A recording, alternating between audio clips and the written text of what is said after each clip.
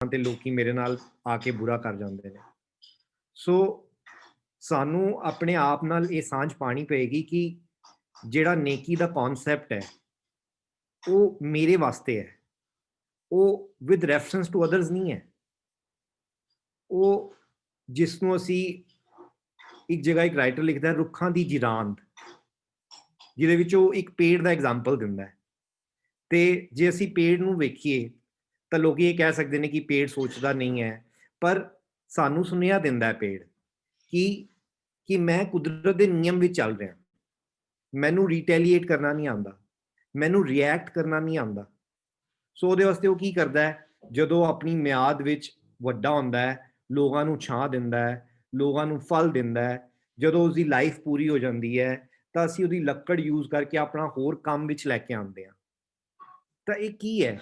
ਇਹ ਕੁਦਰਤ ਸਾਨੂੰ ਇੱਕ ਨੇਕੀ ਦਾ ਜਜ਼ਬਾ ਸਿਖਾ ਰਹੀ ਹੈ ਕਿ ਤੇਰੇ ਕੋਲ ਵੀ ਇਹ ਪੋਸਿਬਿਲਿਟੀ ਹੈ, ਪਰ ਸਾਨੂੰ ਇਹਦੇ ਵਾਸਤੇ ਮਿਹਨਤ ਕਰਨੀ ਪਏਗੀ, ਸਾਨੂੰ ਇਹਦੇ ਵਾਸਤੇ ਐਫਰਟ ਕਰਨਾ ਪਏਗਾ, ਸਾਨੂੰ ਆਪਣੇ ਮਨ ਨੂੰ ਇਹਦੇ ਵਾਸਤੇ ਟ੍ਰੇਨ ਕਰਨਾ ਪਏਗਾ ਕਿ ਮੇਰੇ ਮਨ ਨੂੰ ਨੇਕੀ ਦੀ ਜਾਂਚ ਆਏ। ਉਹ ਜਾਂਚ ਕਿਵੇਂ ਆਏਗੀ? ਜਦੋਂ ਮੈਂ ਲੋਕਾਂ ਦਾ ਅਨਜਸਟਿਸ ਦੇਖ ਕੇ ਵੀ ਉਸ ਨੂੰ ਅਨਡਿਟ ਕਰ ਸਕਾਂ, ਜਦੋਂ ਮੈਂ ਲੋਕਾਂ ਦੀਆਂ ਉਨਤਾਈਆਂ ਦੇਖ ਕੇ ਵੀ, ਨੋ ਡਾਊਟ ਕਿ ਜਦੋਂ ਕੋਈ ਉਨਤਾਈ ਕਰੇਗਾ ਤਾਂ ਸਾਨੂੰ ਦਿਖੇਗੀ, ਅਸੀਂ ਉਸ ਤੋਂ ਓਲੇ ਨਹੀਂ ਹੋ ਸਕਦੇ। ਤਾਂ ਹੀ ਗੁਰੂ ਪਾਤਸ਼ਾਹ ਅਰਦਾਸ ਵਿੱਚ ਸਾਨੂੰ ਇਹ ਦਾਤ ਬਖਸ਼ ਰਹੇ ਨੇ ਕਿ ਵੇਖ ਕੇ ਅਨਡਿਟ ਕੀਤਾ। ਕਿਉਂਕਿ ਲੋਕੀ ਅਕਸਰ ਇਹ ਸਵਾਲ ਕਰਦੇ ਨੇ ਕਿ ਅੱਛਾ ਫਿਰ ਜਦੋਂ ਕੋਈ ਸਾਡੇ ਨਾਲ ਮਾੜਾ ਕਰ ਰਿਹਾ ਜਾਂ ਸਾਡੇ ਨਾਲ ਬੁਰਾ ਕਰ ਰਿਹਾ ਤਾਂ ਅਸੀਂ ਕੋਈ ਡੰਮੀ ਆ ਜਿਹੜਾ ਸਾਨੂੰ ਦਿਖੇਗਾ ਨਹੀਂ? ਨਹੀਂ, ਸਾਨੂੰ ਦਿਖੇਗਾ, ਪਰ ਅਸੀਂ ਗੁਣ ਸਿੱਖ ਸਕਦੇ ਹਾਂ, ਅਸੀਂ ਜਾਂਚ ਸਿੱਖ ਸਕਦੇ ਹਾਂ ਕਿ ਅਸੀਂ ਉਹਨੂੰ ਅਨਡਿਟ ਕਰੀਏ। ਸੋ ਜੇ ਅਸੀਂ ਸੱਚਾਈ ਦੇ ਨਾਲ, ਨੇਕੀ ਦੇ ਨਾਲ ਆਪਣੀ ਲਿਵ ਜੋੜਾਂਗੇ, ਆਈ ਥਿੰਕ ਇੱਥੇ ਜਿਹੜਾ ਲਿਵ ਹੈ ਨਾ, ਇਹ ਬੜਾ ਹੀ ਇੰਪੋਰਟੈਂਟ ਪੁਆਇੰਟ ਹੈ ਕਿ ਮੈਂ ਆਪਣੇ ਦਿਮਾਗ ਨੂੰ, ਆਪਣੇ ਆਪ ਨੂੰ ਇਸ ਵੱਲ ਫੋਕਸ ਕਰਾਂ। ਗੁਰੂ ਪਾਤਸ਼ਾਹ ਹੈਲਪ ਮੀ ਫੋਕਸ, ਜਿਸ ਨੂੰ ਬਾਣੀ ਵਿੱਚ ਗੁਰੂ ਪਾਤਸ਼ਾਹ ਇੱਕ ਜਗ੍ਹਾ ਬਿਆਨ ਕਰਦੇ ਨੇ, ਜੋ ਤੋ ਪ੍ਰੇਮ ਖਿਲਣ ਕਾ ਚਾਓ, ਸਿਰ ਤਰ ਤਲੀ ਗਲੀ ਮੁਰਿਆਓ, ਇਤ ਮਾਰਗ ਪੈਰ ਧਰੀਜੈ, ਸਿਰ ਦੀਜੈ ਕਾਣ ਨਾ ਕੀਜੈ। ਕਾਣ ਨਾ ਕੀਜੇ ਕੀ ਹੈ? ਕਿ ਮੇਰਾ ਮਨ ਸੱਚ ਵਾਸਤੇ ਸਰੈਂਡਰ ਕਰਦਾ ਹੈ, ਮੇਰਾ ਮਨ ਨੇਕੀ ਵਾਸਤੇ, ਲਿਵ ਲਾਉਣ ਵਾਸਤੇ ਆਪਣੇ ਆਪ ਨੂੰ ਸਰੈਂਡਰ ਕਰਦਾ ਹੈ। ਉੱਥੇ ਕੋਈ ਲੌਜਿਕਸ ਨਹੀਂ ਨੇ, ਉੱਥੇ ਕੋਈ ਇਫਸ ਐਂਡ ਬਟਸ ਨਹੀਂ ਨੇ, ਉੱਥੇ ਕੋਈ give and take the game ਨਹੀਂ ਹੈ। ਕਿਉਂਕਿ ਅਗਰ ਅਸੀਂ ਆਪਣੀ ਜ਼ਿੰਦਗੀ ਦੇ ਵਿੱਚ ਝਾਤ ਮਾਰ ਕੇ ਦੇਖਾਂਗੇ ਤਾਂ ਸਾਨੂੰ ਸਹਿਜੇ ਹੀ ਇਹ ਪਤਾ ਚੱਲ ਜਾਏਗਾ ਕਿ ਮੈਂ ਗਿਵ ਐਂਡ ਟੇਕ ਦੀ ਆਸ ਵਿੱਚ ਰਹਿੰਦਾ, ਮੈਂ ਟਿਟ ਫॉर ਟੈਟ ਦੀ ਜਾਂਚ ਵਿੱਚ ਰਹਿੰਦਾ, ਇਸੀ ਕਰਕੇ ਮੈਂ ਨੇਕੀ ਨਹੀਂ ਕਰ ਪਾਉਂਦਾ। ਪਰ ਜਿਹੜਾ ਮਨੁੱਖ ਨੇਕੀ ਕਰਦਾ ਹੈ ਉਹ ਕਦੀ ਵੀ ਇਹ ਨਹੀਂ ਕਹੇਗਾ कि मैंने नेकी की, नेकी का जूठे मैंने खाए तू भी खा। नहीं नहीं, ये बहुत बहुत गलत गल है। ਉਹ ਮਨੁੱਖ ਆਪਣੀ ਜ਼ਿੰਦਗੀ ਦੀ ਜਾਂਚ ਬਣਾਉਂਦਾ ਹੈ, ਜਿਹਦੇ ਵਾਸਤੇ ਸਾਡੇ ਕੋਲ ਭਗਤ ਪੂਰਨ ਸਿੰਘ ਜੀ ਨੇ, ਸਾਡੇ ਕੋਲ ਮਦਰ ਟਰੀਸਾ ਹੈ, ਇਹੋ ਜਿਹੇ ਦੁਨੀਆ ਦੇ ਵਿੱਚ ਬਹੁਤ ਸਾਰੇ ਮਾਨਯੋਗ ਮਨੁੱਖ ਹੈਗੇ ਨੇ ਜਿਨ੍ਹਾਂ ਨੇ ਆਪਣੀ ਜ਼ਿੰਦਗੀ ਦਾ ਏਮ ਬਣਾਇਆ ਕਿ ਮੈਂ ਨੇਕੀ ਨਾਲ ਆਪਣੀ ਜਾਂਚ, ਜ਼ਿੰਦਗੀ ਦੀ ਜਾਂਚ ਚਲਾਵਾਂ। ਸੋ ਅਸੀਂ ਇਹ ਸਾਰੇ ਕੰਮ ਵਾਸਤੇ ਆਪਣੇ ਆਪ ਨੂੰ ਅਵੇਲੇਬਲ ਕਰਾ ਸਕਦੇ ਹਾਂ। ਆਈ ਥਿੰਕ ਸਾਡੇ ਨਾਲ ਵੀਰ ਜੀ ਹੁਣ ਅਵੇਲੇਬਲ ਹੈਗੇ ਨੇ, ਤੇ ਮੈਂ ਬਹੁਤਾ ਸਮਾਂ ਨਾ ਲੈਂਦੇ ਹੋਏ ਉਹਨਾਂ ਨੂੰ ਰਿਕੁਐਸਟ ਕਰਾਂਗਾ ਕਿ ਪਲੀਜ਼ ਸਾਡੇ ਨਾਲ ਅੱਜ ਦਾ ਇਹ ਟੌਪਿਕ ਸ਼ੁਰੂ ਕਰੋ।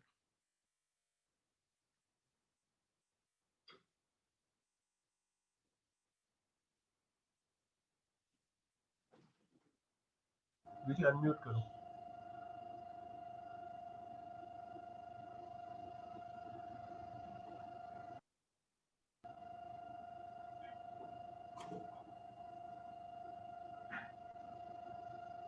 हेलो, हाँ जी। आ गई आवाज? जी आ रही। फिर म्यूट हो गया, फिर म्यूट हो गया। ਜੀ ਫਿਰ ਮਿਊਟ ਹੋ ਗਏ ਸੀ।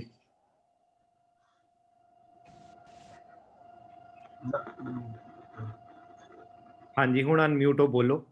हूँ ठीक, वॉल्यूम ठीक है? ਜੀ ਠੀਕ ਹੈ।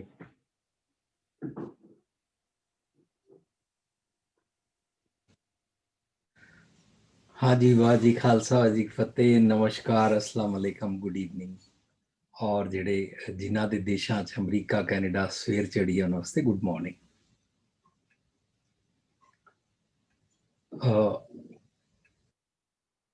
गनीब बच्ची ने बड़ा सोहना शब्द गाया, मिठ बोलड़ा दी हरसज्जन स्वामी मोरा, ते मेरे वीर अमन जी ने बहुत सोहनी शेयरिंग की थी। Thanks a lot. ਤੇ ਅਸੀਂ ਆਪਣਾ ਲੜੀਵਾਰ ਜਿਹੜਾ ਸਿੱਖ ਰਹੇ ਹਾਂ ਉਹਦੇ 'ਚ ਅਮਨ ਜੀ ਨੇ ਪਿਛਲੇ ਲਾਈਨ ਨੂੰ ਪਿਛਲਾ ਜਿਹੜਾ ਪਿਛਲੇ ਹਫਤੇ ਦਾ ਪੁਆਇੰਟ ਸੀ ਨੇਕੀ ਤੇ ਸੱਚਾਈ ਨਾਲ ਜੋੜਨੀ, ਉਸਨੂੰ ਰੀਕੈਪ ਕੀਤਾ। ਸੋ ਅਮਨ ਜੀ ਜਿਹੜਾ ਆਪਣੇ ਦਿਮਾਗ ਨੂੰ ਉਸ ਪਾਸੇ ਫੋਕਸ ਕਰਨਾ ਹੈ, ਬੜਾ ਅੱਛਾ ਤੁਸੀਂ ਬੋਲਿਆ। ਸੋ ਅਲਟੀਮੇਟਲੀ ਲੀਵ ਲਾਉਣ ਦਾ ਮਤਲਬ ਹੈ ਮੇਰੀ ਸੁਰਤ, ਮੇਰਾ ਧਿਆਨ ਹਰ ਵੇਲੇ ਕਿਹੜੇ ਪਾਸੇ ਰਹਿੰਦਾ ਹੈ। ਸੋ ਉਹ ਹਮੇਸ਼ਾ ਚੰਗਿਆਈ ਵੱਲ, ਕਾइंड ਹਾਰਟ ਹੋ ਕੇ ਕਿਸ ਤਰ੍ਹਾਂ ਦੂਜੇ ਦਾ ਭਲਾ ਹੋ ਸਕਦਾ ਹੈ।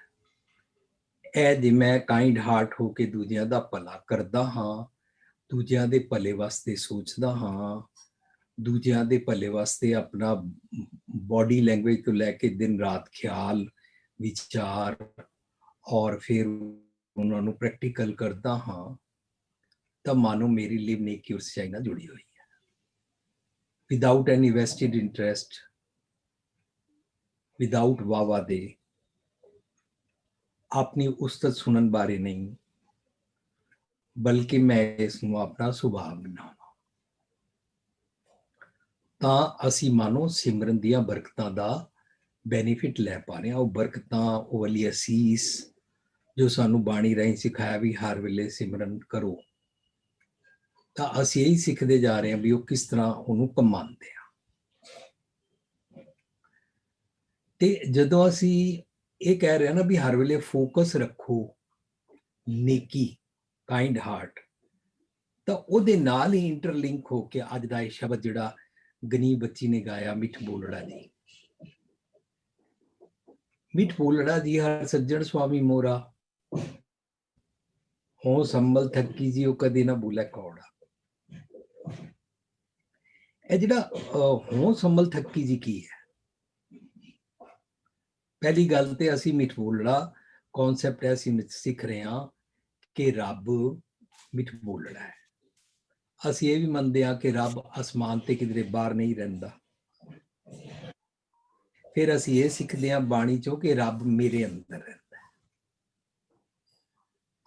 ਫਿਰ ਜਦੋਂ ਇਹ ਸਿੱਖਿਆ ਕਿ ਉਹ ਮੇਰੇ ਕੌਨਸ਼ੀਅਸ ਦੇ ਅੰਦਰ, ਮੇਰੇ ਅੰਤਰਾਤਮੇ ਜਿੱਥੇ ਰੱਬ ਰਹਿੰਦਾ ਹੈ, ਉਹ ਕੌਨਸੈਪਟ ਹੈ ਕਿ ਉਹ ਤੂੰ ਕੈਸੇ ਵਾਲਾ ਮੰਨਦਾ ਹੈ?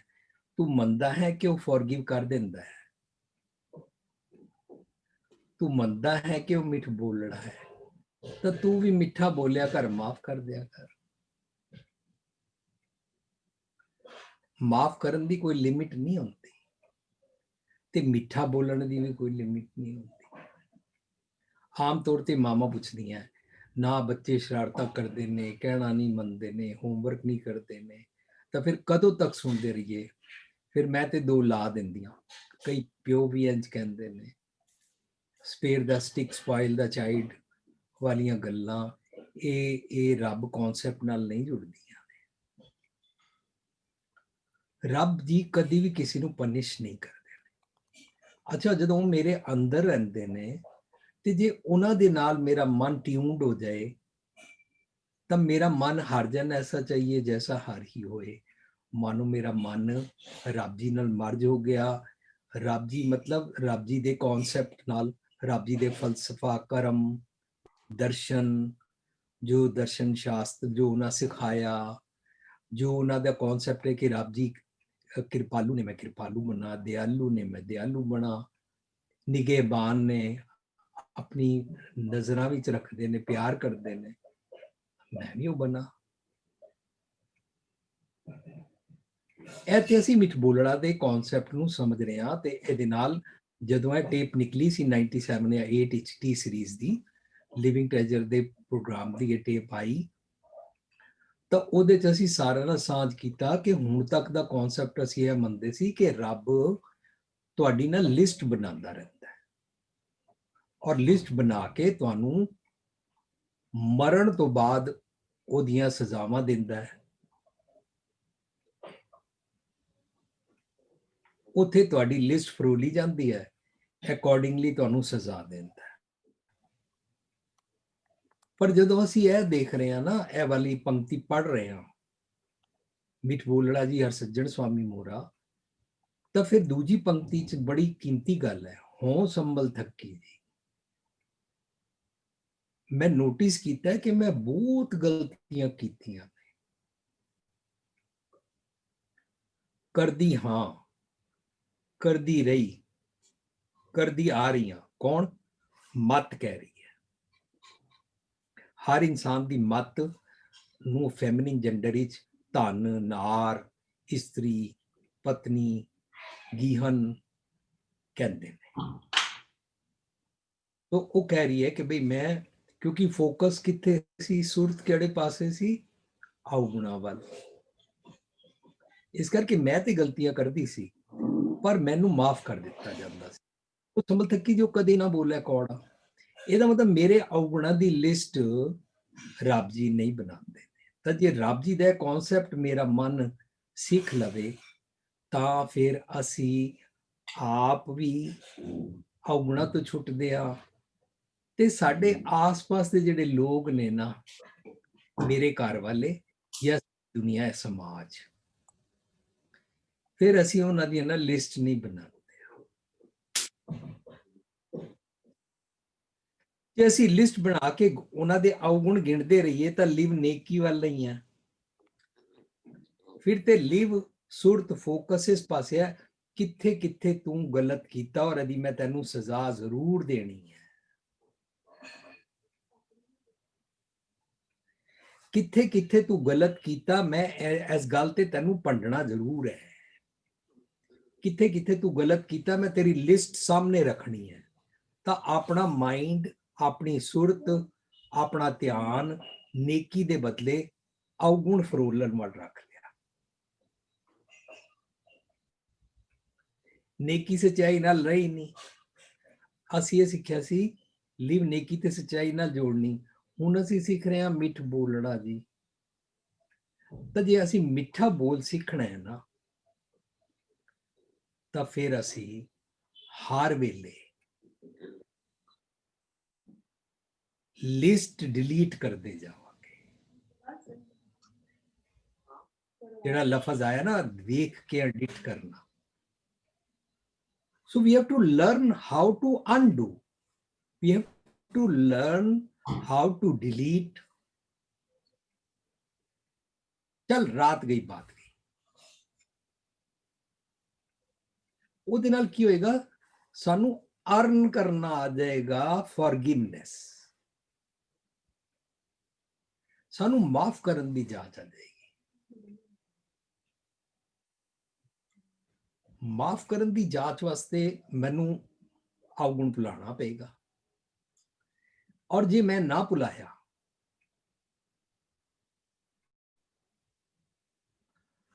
ਤਾਂ ਮੈਂ ਆਪ ਵੀ ਅਵਗੁਣ ਕਰਦਾ ਰਵਾਂਗਾ, ਤਾਂ ਦੂਜੇ ਨੂੰ ਵੀ ਉਹਦੀ ਸਜ਼ਾ ਦਿੰਦਾ ਰਵਾਂਗਾ। ਔਰ ਸਜ਼ਾ ਦੇਣ ਵਾਸਤੇ ਮੈਂ ਉਹਦਾ ਮਨ ਦੁਖਾਵਾਂਗਾ। ਇਸ ਕਰਕੇ ਅਸੀਂ ਇਹ ਸੈਂਟੈਂਸ ਬਣਾਇਆ ਆਪਣੇ ਸਿਮਰਨ ਚਾਰਟ ਵਿੱਚ, ਸਿਮਰਨ ਦੀਆਂ ਬਰਕਤਾਂ 'ਚ ਇਕੁਐਲਿਟੀ ਲਿਵ ਕਰਨ ਵਾਸਤੇ ਅਤੇ ਇਹਨੂੰ ਸਿੱਖਣ ਵਾਸਤੇ, ਕਿ ਮਿੱਠਾ ਤੇ ਬੋਲਣਾ ਹੈ ਪਰ ਕਿਸੇ ਦਾ ਮਨ ਨਹੀਂ ਦੁਖਾਉਣਾ।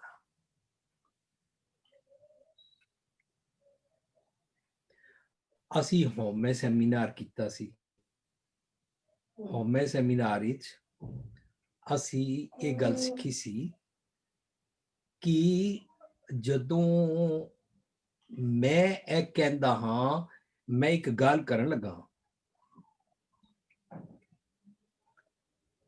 ਤੈਨੂੰ ਬੁਰੀ ਲੱਗੇਗੀ, ਕਹਿ ਦਿਆਂ। ਤਾਂ ਅਸੀਂ ਹੋਮੇ ਸੈਮੀਨਾਰ 'ਚ ਸਮਝਿਆ ਸੀ ਕਿ ਜੇ ਪਹਿਲਾਂ ਪਤਾ ਲੱਗ ਗਿਆ ਕਿ ਮੇਰੀ ਗੱਲ ਇਹਨੂੰ ਬੁਰੀ ਲੱਗੇਗੀ ਤਾਂ ਨਾ ਕਹਿ।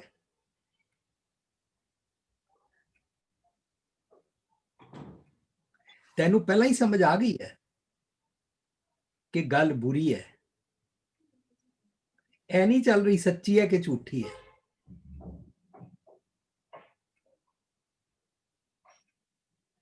ਸੱਚੀ ਹੈ ਜਾਂ ਝੂਠੀ ਹੈ ਇਹ ਤਾਂ ਆਪਣਾ ਪਰਸੈਪਸ਼ਨ ਹੈ, ਆਪਣੇ ਦੇਖਣ ਦਾ ਢੰਗ ਹੈ। ਤੈਨੂੰ ਜੋ ਸੱਚੀ ਲੱਗ ਰਹੀ ਹੈ, ਤੂੰ ਅੰਤਰਜਾਮੀ ਤੇ ਹੈ ਨਹੀਂ, and you are not supposed to ਜੱਜ ਅਦਰਸ। ਜਦੋਂ ਅਸੀਂ ਦੂਜਿਆਂ ਨੂੰ ਜੱਜ ਕਰਦੇ ਹਾਂ ਤਾਂ ਮਿਸਜੱਜ ਕਰਦੇ ਹਾਂ, ਤੇ ਜਦੋਂ ਮਿਸਜੱਜ ਕਰਦੇ ਹਾਂ ਤਾਂ ਅਸੀਂ ਜਸਟੀਫਾਈ ਕਰਦੇ ਹਾਂ ਕਿ ਮੈਂ ਸਹੀ ਬੋਲ ਰਿਹਾ, ਹਾਂ ਮਿਸਟਰ ਰਾਈਟ। ਬਸ ਫਿਰ ਮਿਸਜੱਜ ਦੀ ਲਿਸਟ ਬਣਾਉਂਦੇ ਹਾਂ। ਲਿਸਟ ਬਣਾ ਕੇ ਜਦੋਂ ਜਦੋਂ ਮੌਕਾ ਮਿਲਦਾ ਹੈ ਅਸੀਂ ਕਹਿੰਦੇ ਹਾਂ ਗੱਲ ਸੱਚੀ ਹੈ, ਤੈਨੂੰ ਬੁਰੀ ਲੱਗੇਗੀ, ਮੈਂ ਬੋਲ ਦਿਆਂ, ਦੇਖ ਲੈ ਬੁਰੀ ਲੱਗੇਗੀ। ਪਰ ਜੇ ਪਤਾ ਲੱਗ ਗਿਆ ਕਿ ਇਹ ਗੱਲ ਬੁਰੀ, ਉਹਨੂੰ ਹਰਟ ਹੋ ਜਾਏਗਾ, ਨਾ ਕਹਿ।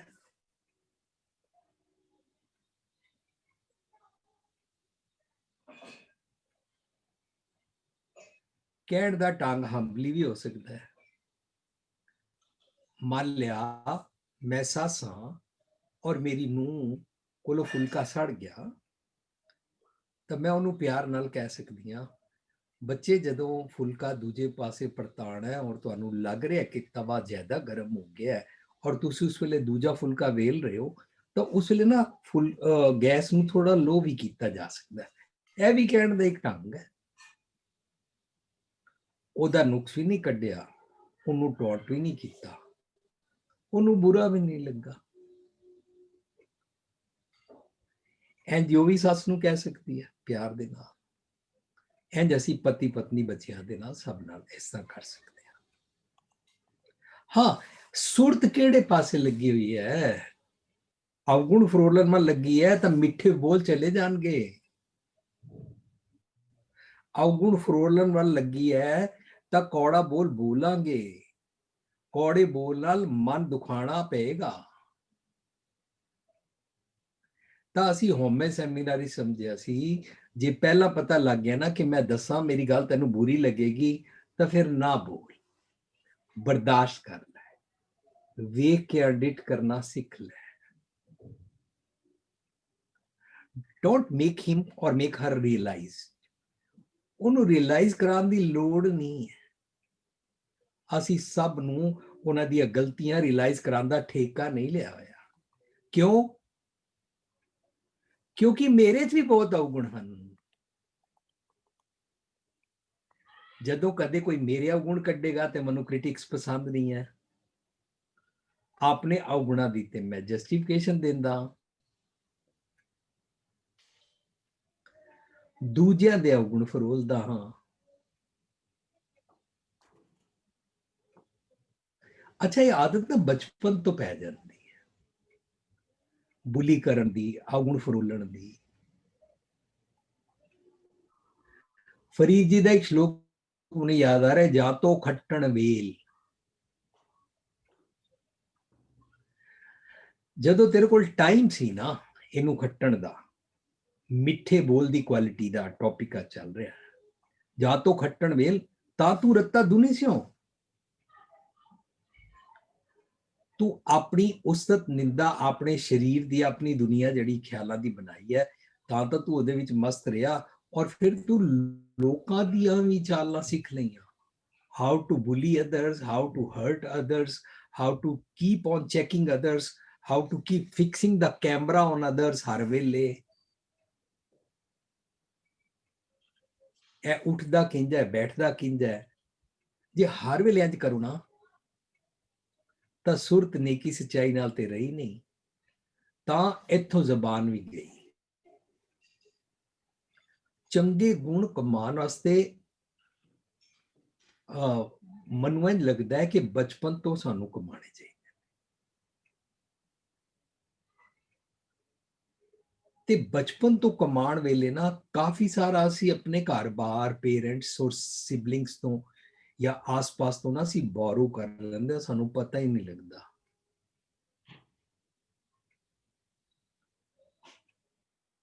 ਜਿਹੜੀ ਕੰਟਰੀਜ਼ ਅੰਦਰ ਨੌਕਰ ਚਾਕਰ ਨਹੀਂ ਹੁੰਦੇ ਉਹਨਾਂ ਦੀ ਗੱਲ ਵੱਖਰੀ ਹੈ, ਪਰ ਸਾਡੇ ਘਰਾਂ ਦੇ ਵਿਚਕਾਰ ਇੰਡੀਆ ਬਚਪਨ ਤੋਂ ਅਸੀਂ ਦੇਖਦੇ ਹਾਂ, ਭਾਂਡੇ ਮਾਂਜਣ ਵਾਲੇ ਤੋਂ ਲੈ ਕੇ ਡਰਾਈਵਰ ਤੋਂ ਲੈ ਕੇ ਚੌਕੀਦਾਰ ਤੋਂ ਲੈ ਕੇ how do we deal with other, ਸਾਡੇ ਵੱਡੇ ਕਿਸ ਤਰ੍ਹਾਂ ਦੂਸਰਿਆਂ ਨੂੰ ਕਰਦੇ ਨੇ, ਉਸ ਤਰ੍ਹਾਂ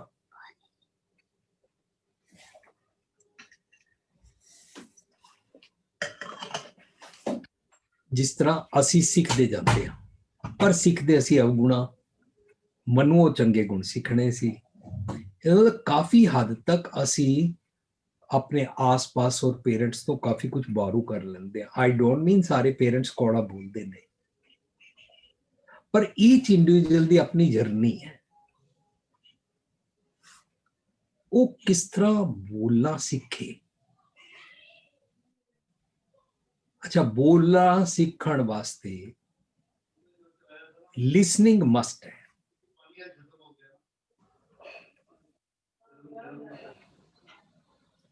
ਇਹ ਕਨਸੈਪਟ ਅਸੀਂ ਸਿੱਖਣਾ ਹੈ। Listening is must. ਜੇ ਕਦੀ ਮੈਂ ਕੌੜਾ ਬੋਲਾਂ ਤਾਂ ਇਹਦਾ ਮਤਲਬ ਮੈਂ ਠੀਕ ਸੁਣਿਆ ਨਹੀਂ ਸੀ।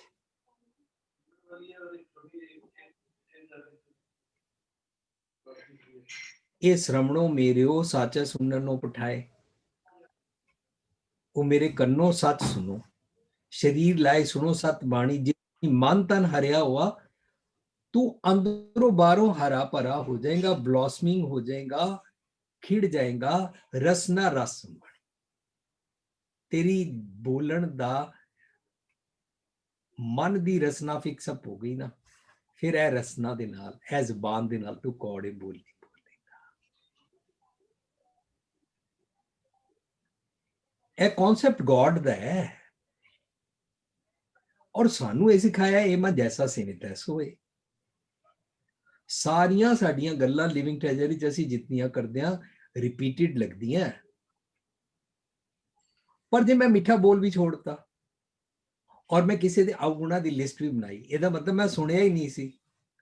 हाँ, बारों बारों मैं कह सकदा है ਇਹ ਤੇ ਗੱਲਾਂ ਬਾਰ-ਬਾਰ ਤੁਸੀਂ ਰਿਪੀਟ ਕਰਦੇ ਹੋ ਤੇ 97 ਦੀ ਕੈਸੇਟ ਹੈ, ਬੜੀ ਵਾਰੀ ਸੁਣੀ ਹੋਈ ਹੈ। ਨਹੀਂ, ਕਿੰਨੀ ਵਾਰੀ ਰਿਪੀਟ ਹੋਇਆ ਇਹ ਗੱਲ ਨਹੀਂ ਹੈ।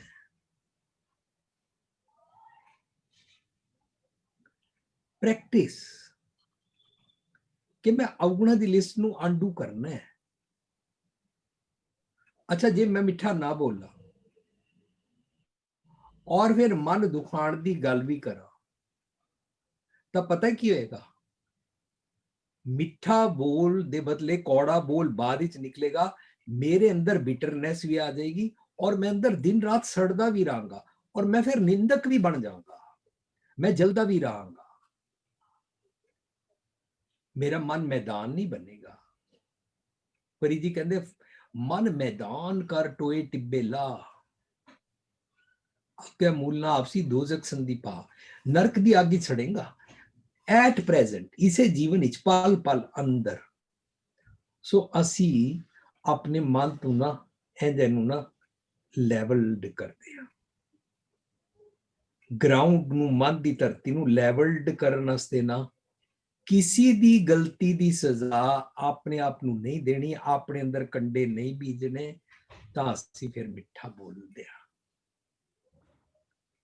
ते असीं हर वेले नेकी वाले पासे कंसंट्रेशन टुवर्ड्स काइंड हार्ट होण वाले पासे, दूजे दा भला करन वाले पासे लाई रखांगे ना, फिर हर पल हर वेले जिहड़ा बोल बोलांगे ना ਉਹਦੇ सोचांगे किसी नू हर्ट ना करे। पहला मैं आप हर्ट होवांगा। एक जगह मैं पढ़ रहा सी, भैड़े बोलना दो नोकिया तीर होंदे ने, दोनों पासे पहला अपने आप नू फट्टड़ करदे आ, फिर दूजे नू करदे आ। दूजा फट्टड़ होवे या ना होवे, पर साडा बहुत नुकसान हो जाता है।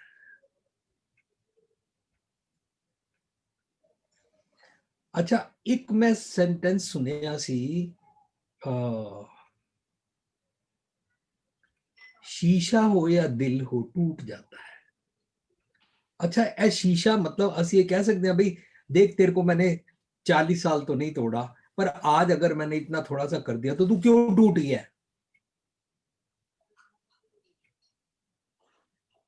एंड शीशे ਨੂੰ कह सकते हैं? नहीं कह सकते।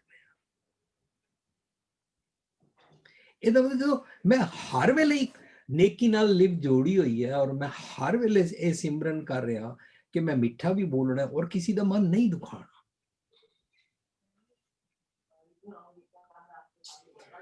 ਤਾਂ ਮੈਨੂੰ ਸਿਮਰਨ ਦੀਆਂ ਬਰਕਤਾਂ ਪ੍ਰਾਪਤ ਹੋਣਗੀਆਂ, ਤਾਂ ਮੈਂ ਅੰਦਰੋਂ ਪ੍ਰੋਸਪੈਰਸ ਹੁੰਦਾ ਜਾਵਾਂਗਾ, ਤਾਂ ਮੈਂ ਅੰਦਰੋਂ ਖਿੜਦਾ ਜਾਵਾਂਗਾ, ਤਾਂ ਮੇਰੇ ਅੰਦਰੋਂ ਨਰਕ ਔਰ ਦੋਜ਼ਖ ਦੀ ਅੱਗ ਖਤਮ ਹੁੰਦੀ ਜਾਏਗੀ, ਤਾਂ ਮੈਨੂੰ ਸ਼ੀਤਲਤਾ ਦਾ ਸੁਭਾਅ ਪ੍ਰਾਪਤ ਹੁੰਦਾ ਜਾਏਗਾ, ਛਾਤੀ ਸ਼ੀਤਲ ਮਨ ਸੁਖੀ ਹੁੰਦਾ ਜਾਏਗਾ। ਭਾਵੇਂ ਮੈਂ ਆਪਣੀ ਵਾਈਫ ਜਾਂ ਹਸਬੈਂਡ ਨਾਲ ਡੀਲ ਕਰਾਂ, ਭਾਵੇਂ ਸੱਸ ਸਹੁਰੇ ਨਾਲ, ਭਾਵੇਂ ਬੱਚਿਆਂ ਨਾਲ, ਭਾਵੇਂ ਕਿੱਥੇ ਵੀ, ਭਾਵੇਂ ਆਪਣੇ ਆਫਿਸ ਅੰਦਰ, ਭਾਵੇਂ ਆਪਣੇ ਬਿਜ਼ਨਸ ਵਿੱਚ, ਜਿੱਥੇ ਵੀ ਜਦੋਂ ਮੈਂ ਕਿਸੇ ਨਾਲ ਡੀਲ ਕਰਾਂਗਾ ਨਾ, ਆਈ ਵੋਂਟ ਹਰਟ ਅਦਰਸ।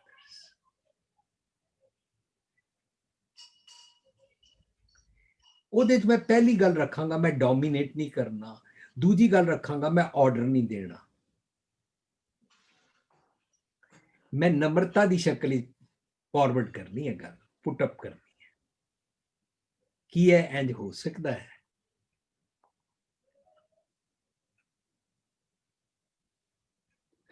ਜੇ फर्ज करो मेरा दंद दर्द है और मेरी वाइफ ने रोटी पकाई, वो सड़ी है या सख्त है, तो मैं रिक्वेस्ट कर एक तो तरीका है कौड़ा बोल और माफी ना देना। ए की रोटी पकाई है, तेनू अकल नहीं है, जा ले जा। वाइफ नू, अपनी नूह नू, अपने मां नू, किसी नाल भी असी इस तरीके दे बोल देंदे आ।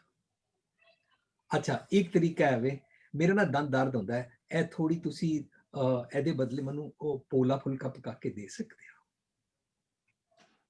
ਥੋੜਾ ਹਾਰਡ ਨਾ ਹੋਵੇ ਬਸ। ਕੋਈ ਸਾਡੇ ਨਾਲ ਕਿਵੇਂ ਬੋਲਦਾ ਹੈ ਤੇ ਗੱਲ ਵੱਖਰੀ ਹੈ, ਪਰ ਮੈਂ ਜੇ ਧਰਮ ਦਾ ਰਸਤਾ ਫੜਿਆ ਹੈ ਤਾਂ ਮੈਂ ਤੇ ਮਿੱਠਾ ਬੋਲਣਾ ਸਿੱਖਾਂ ਨਾ। ਅਸੀਂ ਹਰ ਵੇਲੇ ਕੁਐਸਚਨ ਨੂੰ ਟਵਿਸਟ ਕਰ ਦਿੰਦੇ ਹਾਂ। ਅਸੀਂ ਟਵਿਸਟ ਇਹ ਕਰ ਦਿੰਦੇ, ਇਹ ਨਹੀਂ ਕਰਦੇ, ਇਹ ਨਹੀਂ ਸੋਚਦੇ ਕਿ ਮੈਂ ਕਿਵੇਂ ਜੀਣਾ। ਅਸੀਂ ਟਵਿਸਟ ਇਹ ਕਰ ਦਿੰਦੇ, ਮੈਂ ਤੇ ਹਰ ਵੇਲੇ ਮਿੱਠਾ ਬੋਲਦਾ, ਜੇ ਦੂਜਾ ਇੰਜ ਕੌੜਾ ਬੋਲੇ ਤਾਂ ਟੇਕ ਇਟ ਗ੍ਰਾਂਟਿਡ ਲੈਂਦੇ ਕਿ ਮੈਂ ਤੇ ਸ਼ਰੀਫ ਵੀ ਹਾਂ, ਮੈਂ ਮਿੱਠਾ ਵੀ ਬੋਲਾਂ ਤੇ ਮੈਂ ਲਿਸਟ ਵੀ ਨਹੀਂ ਬਣਾਉਂਦਾ, ਮੈਂ ਮਾਫੀ ਕਰ ਦਿੰਦਾ, ਮੇਰੇ ਤੇ ਅਵਗੁਣ ਕੋਈ ਹੈ ਹੀ ਨਹੀਂ ਹੈ, ਮੈਂ ਤੇ ਫਿੱਟ ਹੀ ਹਾਂ। ਸੋ ਬਹੁਤ ਸਿੰਪਲ ਕਿ ਅਸੀਂ ਆਪਣੇ ਜੇ ਬੱਚਿਆਂ ਦੇ ਆਸ-ਪਾਸ ਹਾਂ ਨਾ, ਤਾਂ ਉਸ ਵੇਲੇ ਸੁਚੇਤ ਹੋਣ ਦਾ ਫਾਇਦਾ ਨਹੀਂ ਹੋਏਗਾ। ਹਰ ਵੇਲੇ ਲਿਵ ਨੇਕੀ ਤੇ ਸੱਚਾਈ ਨਾਲ ਜੋੜਾਂਗੇ ਤਾਂ ਮਿੱਠਾ ਬੋਲਣਾ ਆਏਗਾ। ਔਰ ਅਸੀਂ ਇਹ ਕਨਸੈਪਟ ਜੇ ਅਸੀਂ ਗੋਡ ਤੇ ਲਗਾ ਦਿੱਤਾ ਕਿ ਰੱਬ ਸਜ਼ਾ ਦਿੰਦਾ ਹੈ, ਤਾਂ ਅਸੀਂ ਅਰਥ ਕਰਾਂਗੇ 10 वस्तुले पाछे पाओ, एक बस कारण भी खोट गवाओ, एक भी ना दे 10 भी ले, 10 भी छीन लेगा भाई साहब तेरे से। फिर ਅਸੀਂ ਉਹ ਵਾਲੇ ਸਾਰਾ ਮਿਸबिहेव ਬੱਚਿਆਂ ਨਾਲ ਵੀ ਕਰਦੇ ਜਾਵਾਂਗੇ। ये कहना नहीं ना मानेगा, चॉकलेट भी छीनेंगे, कल तेरे को घुमाए, इससे मत कोई बोला करो, ये गंदा बच्चा है। ਇਹ ਸਾਰਾ ਕੁਝ ਕਰਦੇ ਆ ਨਾ ਫਿਰ ਅਸੀਂ। ਇਹ ਆਦਤ ਵੱਡੇ ਹੋ ਕੇ ਪੈ ਜਾਂਦੀ ਹੈ, ਇਹਦੇ ਨਾਲ ਗੱਲ ਨਾ ਕਰੋ, ਇਹ ਭੈੜਾ ਹੈ, ਇਹ ਬੇਈਮਾਨ ਹੈ, ਇਹ ਝੂਠ ਬੋਲਦਾ ਹੈ। ਫਿਰ ਅਸੀਂ ਨਿੰਦਕ ਬਣਦੇ ਜਾਂਦੇ ਆ, ਲਿਸਟ ਬਣਾਈ ਜਾਂਦੇ ਆ, ਨਿੰਦਾ ਦੀ ਲਿਸਟ ਆਪਣੀ ਛਾਤੀ ਤੇ ਭਾਰ ਰੱਖ ਲੈਂਦੇ ਆ। ਆਪਣੇ ਬ੍ਰੇਨ ਦੇ ਸਾਰੇ ਜਿਹੜੇ ਗਿਗ ਬਾਈਟਸ ਹੁੰਦੇ ਨੇ ਨਾ, ਜਿਤਨੇ ਜੀਬੀ ਇੱਥੇ ਸਟੋਰੇਜ ਹੈ, ਸਾਰੀ ਨਿੰਦਾ ਦੀ ਲਿਸਟ ਨਾਲ ਭਰ ਲੈਂਦੇ ਆ ਔਰ ਜਣੇ ਖੜੇ ਨਾਲ ਸਿਰਫ ਨਿੰਦਾ ਹੀ ਕਰਦੇ ਆ।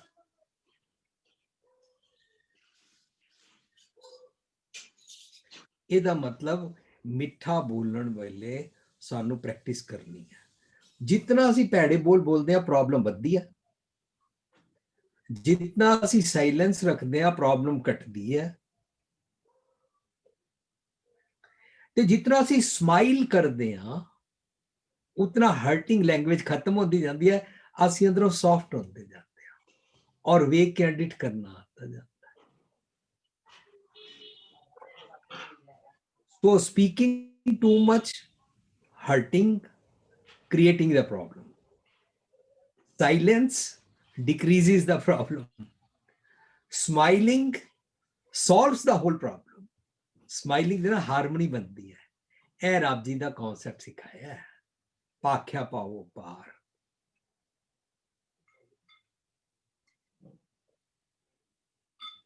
ਭਾਂਡਾ ਪਾਓ ਅੰਮ੍ਰਿਤ ਤਿਤ ਢਾਲ।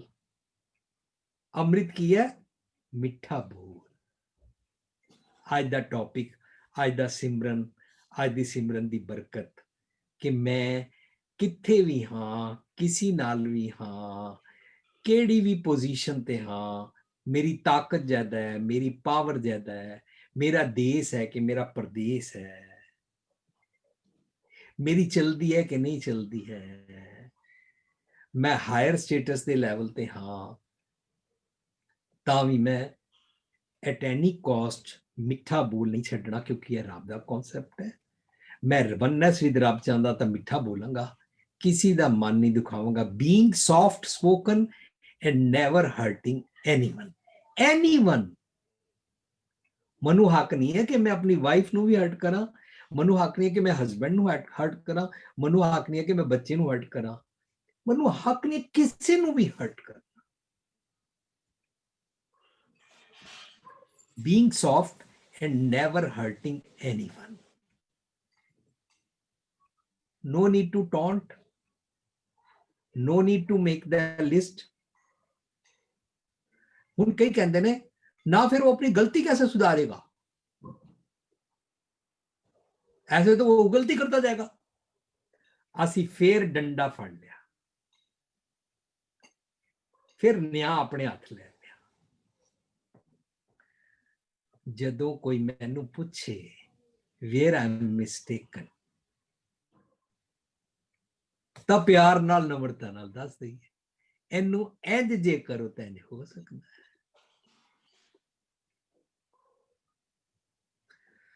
ਪਰ ਮੈਂ ਠੇਕਾ ਹੀ ਚੁੱਕ ਲਵਾਂ, ਸੜਕ ਤੇ ਹਰ ਜਾਂਦੀ ਕਾਰ ਦੇ ड्राइवर ਨੂੰ कमेंट पास करा, इनको ठीक नहीं चल रहा, ये क्या कर रहे हो, पीछे ऐसे कैसे कर दिया, ये क्या कर दिया, ऐसे क्या कर दिया, पार्किंग क्यों ऐसे कर दी, सारा कुछ करते हैं ना। बड़े मैं एग्जांपल दे चुका, ऑफिस तो लैके घर तो लैके सारी दुनिया समाज विच लोकां दे अवगुण फरोलदे रहे, लोकां नाल डिसहारमनी कर लई, अपना हंकार ही वध गया, अपने मिठे बोल भी चले गए, अपना लिसनिंग ठीक नहीं सी, इस करके मन तन हरिया नहीं होया, रसना रस माणी नहीं होया, रादर बिटर हो गया, निंदक बन गए।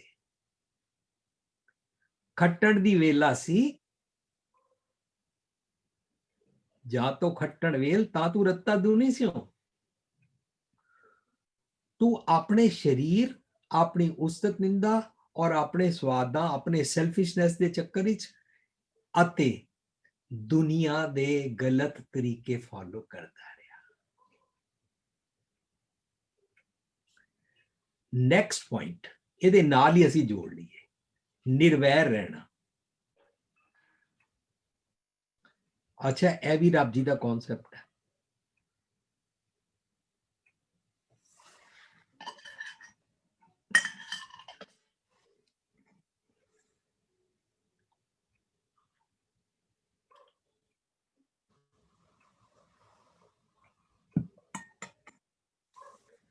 ਨਿਰਵੈਰ ਰਹਿਣਾ ਤੇ ਈਰਖਾ ਨਾ ਕਰਨੀ। ਇਹ ਸਿਮਰਨ ਦੀ ਬਰਕਤਾਂ ਦਾ ਇੱਕ ਹੋਰ ਕੀਮਤੀ ਪੁਆਇੰਟ ਅਸੀਂ ਪ੍ਰੈਕਟਿਸ ਕਰ ਸਕਦੇ ਹਾਂ ਕਿ ਮੈਂ ਹਰ ਵੇਲੇ ਰੱਬੀ ਗੁਣ ਨੂੰ ਕਿਵੇਂ, ਅਸੀਂ ਰੱਬੀ ਗੁਣ ਨੂੰ ਪੜ੍ਹਦੇ ਹਾਂ, ਏਕ ਓੰਕਾਰ ਸਤਿਨਾਮ ਕਰਤਾ ਪੁਰਖ ਨਿਰਭਉ ਨਿਰਵੈਰ। ਰੱਬ ਜੀ ਵੈਰ ਨਹੀਂ ਪਾਲਦੇ ਨੇ। ਅਸਮਾਨ ਤੇ ਬੈਠੇ ਵਾਲੇ 100 ਕਾਰਡ ਰੱਬ ਦੀ ਤੇ ਗੱਲ ਚੱਲ ਹੀ ਨਹੀਂ ਰਹੀ। ਕਨਸੈਪਟ ਹੈ, ਰੱਬ ਦਾ ਕਨਸੈਪਟ ਹੈ ਕਿ ਉਹ ਵਾਲੇ ਗੁਣ ਤੁਸੀਂ ਲਵੋ, जैसा रब गॉड खुदा अल्लाह वागुरु राम तुसी तसव्वुर कीता है। मीन्स और निर्वैर है, वो एनमिटी नू, ਪੁਰਾਣੀਆਂ ਗੱਲਾਂ ਨੂੰ ਇੱਥੇ ਰੱਖ ਕੇ ਪਾਲਦਾ ਨਹੀਂ ਰਹਿੰਦਾ, ਵੈਰ ਪਾਲਦਾ ਨਹੀਂ ਰਹਿੰਦਾ, ਵੈਰ ਪ੍ਰੋਲੋਂਗ ਨਹੀਂ ਕਰਦਾ ਰਹਿੰਦਾ। ਜੇ ਵੈਰ ਪਾਲਦਾ ਰਵੇ ਤਾਂ ਗੁੱਸਾ ਹੰਡਾਉਂਦਾ ਰਹੇਗਾ, ਦੇਹ ਨੂੰ ਰੋਗ ਲੱਗ ਜਾਏਗਾ, ਨਿੰਦਕ ਬਣ ਜਾਏਗਾ, ਬੋਲ ਕੌੜੇ ਹੋ ਜਾਣਗੇ, ਦੂਜਿਆਂ ਨੂੰ ਹਰਟ ਵੀ ਕਰੇਗਾ।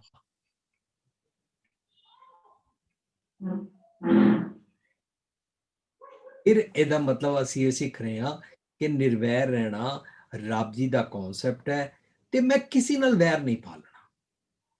ਕਿਸੇ ਨੇ ਮੇਰੇ ਨਾਲ ਬੁਰਾ ਕੀਤਾ, ਵੈਰ ਨਹੀਂ ਪਾਲਣਾ, ਉਹਦੇ ਬਾਰੇ ਮੈਂ ਕਿਸੇ ਨਾਲ ਨਿੰਦਾ ਨਹੀਂ ਕਰਨੀ, ਕਿਉਂਕਿ ਮੈਂ ਲਿਵ ਨੇਕੀ ਤੇ ਸੱਚਾਈ ਨਾਲ ਜੋੜੀ ਹੋਈ ਹੈ।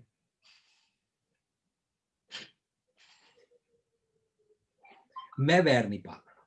ਫਰੀਦਾ ਬੁਰੇ ਦਾ ਭਲਾ ਕਰ, ਗੁੱਸਾ ਮਨ ਨਾ ਹਟਾਏ। ਤੈਨੂੰ ਬੁਰਾ ਖਿਆਲ ਆ ਰਿਹਾ ਉਹਦੇ ਬਾਰੇ, ਤਾਂ ਤੈਨੂੰ ਬੁਰਾ ਖਿਆਲ ਇਸ ਕਰਕੇ ਆ ਰਿਹਾ ਹੈ ਕਿ ਤੂੰ ਉਹਦੇ ਨਾਲ ਜੈਲਸੀ ਕਰਦਾ ਹੈ ਕਿ ਵਾਈ ਹੀ ਔਰ ਸ਼ੀ ਇਜ਼ ਗ੍ਰੇਟਰ ਦੈਨ ਮੀ।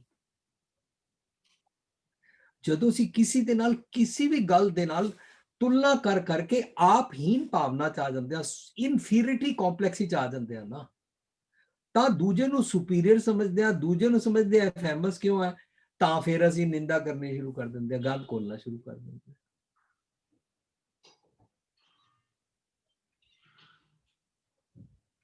ਨਿਰਵੈਰ ਨਹੀਂ ਹਾਂ, ਵੈਰ ਪਾਲਿਆ ਕਿਉਂਕਿ ਮੈਂ ਅੰਦਰੋਂ ਜੈਲਸੀ ਕਰਦਾ, ਈਰਖਾ ਕਰਦਾ।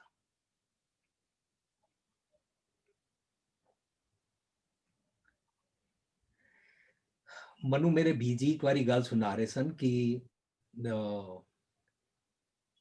ਇੱਕ ਨਾ ਕੁੜੀ ਵਿਆਹ ਕੇ ਆਈ, ਤਾਂ ਉਹਨੇ ਨਾ ਆਸ-ਪਾਸ ਸੁਣਿਆ ਕਿ ਉਹਦੇ ਸੱਸ ਸਹੁਰਾ ਦੀ ਨਾ ਬੜੀ ਤਾਰੀਫ ਹੁੰਦੀ ਹੈ।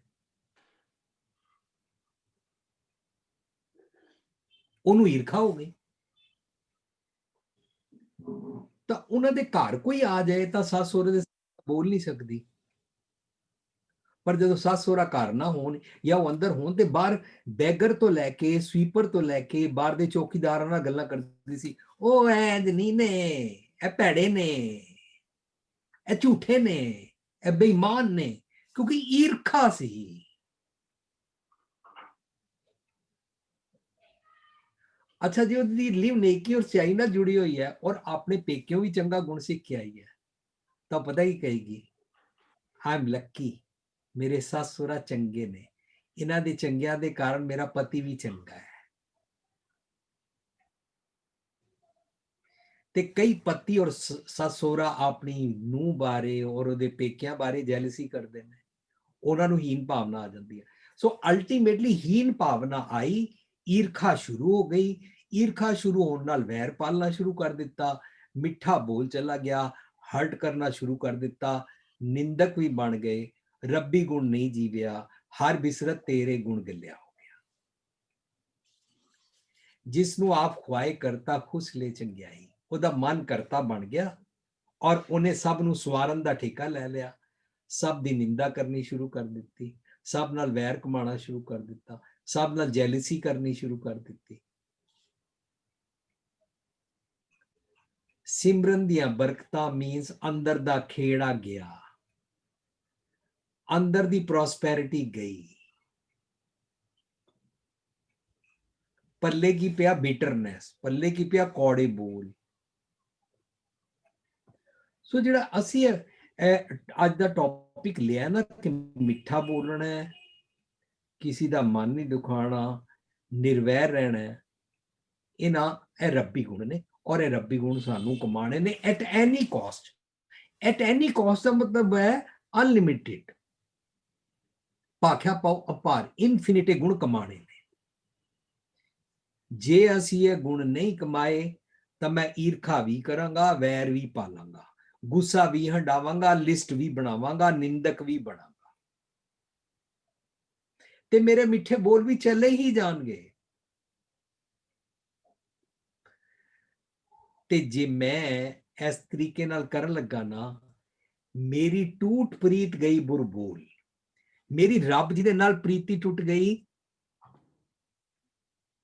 ਮੈਂ ਅੰਦਰੋਂ ਟੁੱਟ ਗਿਆ ਤੇ ਮੈਂ ਪੈੜੇ ਬੋਲ ਬੋਲੇ, ਮੈਂ ਲੋਕਾਂ ਨਾਲ ਤੋੜਨੀ ਸ਼ੁਰੂ ਕਰ ਦਿੱਤੀ, क्योंकि मैं भैड़े बोल बोले, मैं अंदरों रब नाल टुट गया, मेरी रब नाल प्रीत प्यार टुट गया, मैं अंदरले नाल टुट गया, मेरा मन निज घर दे अंतरात्मे दे रब नाल टुट गया, मैं अपने आप नू प्यार नहीं करदा, गल गल ते रिग्रेट करदा, गल गल ते गिल्ट फील करदा।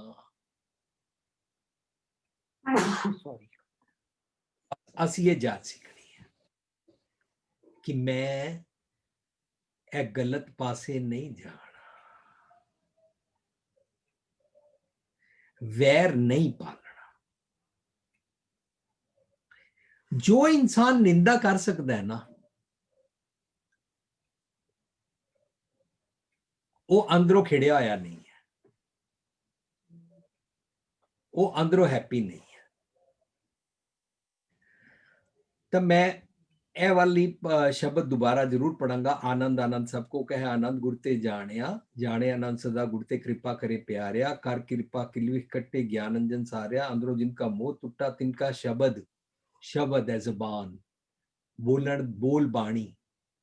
ਬੋਲ ਬਾਣੀ ਸਿਰਫ ਇੱਥੋਂ ਹੀ ਨਹੀਂ, ਬੋਡੀ ਲੈਂਗੁਏਜ, ਅੱਖਾਂ ਦੇ ਨਾਲ ਵੀ ਬੋਲ,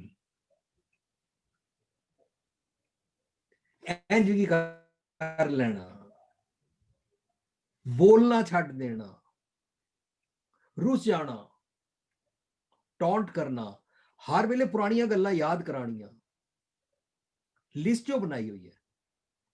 सो ਅਸੀਂ ਦਾ ਮਤਲਬ ਇਹ ਹੋ ਗਿਆ ਕਿ ਅਸੀਂ ਨਾ ਮਿੱਠਾ ਬੋਲਣ ਸਿੱਖਾਂਗੇ ਨਾ, ਜਿਉਂ-ਜਿਉਂ ਸਿੱਖਦੇ ਜਾਵਾਂਗੇ ਅਸੀਂ ਬਲੌਸਮਿੰਗ ਹੁੰਦੇ ਜਾਵਾਂਗੇ।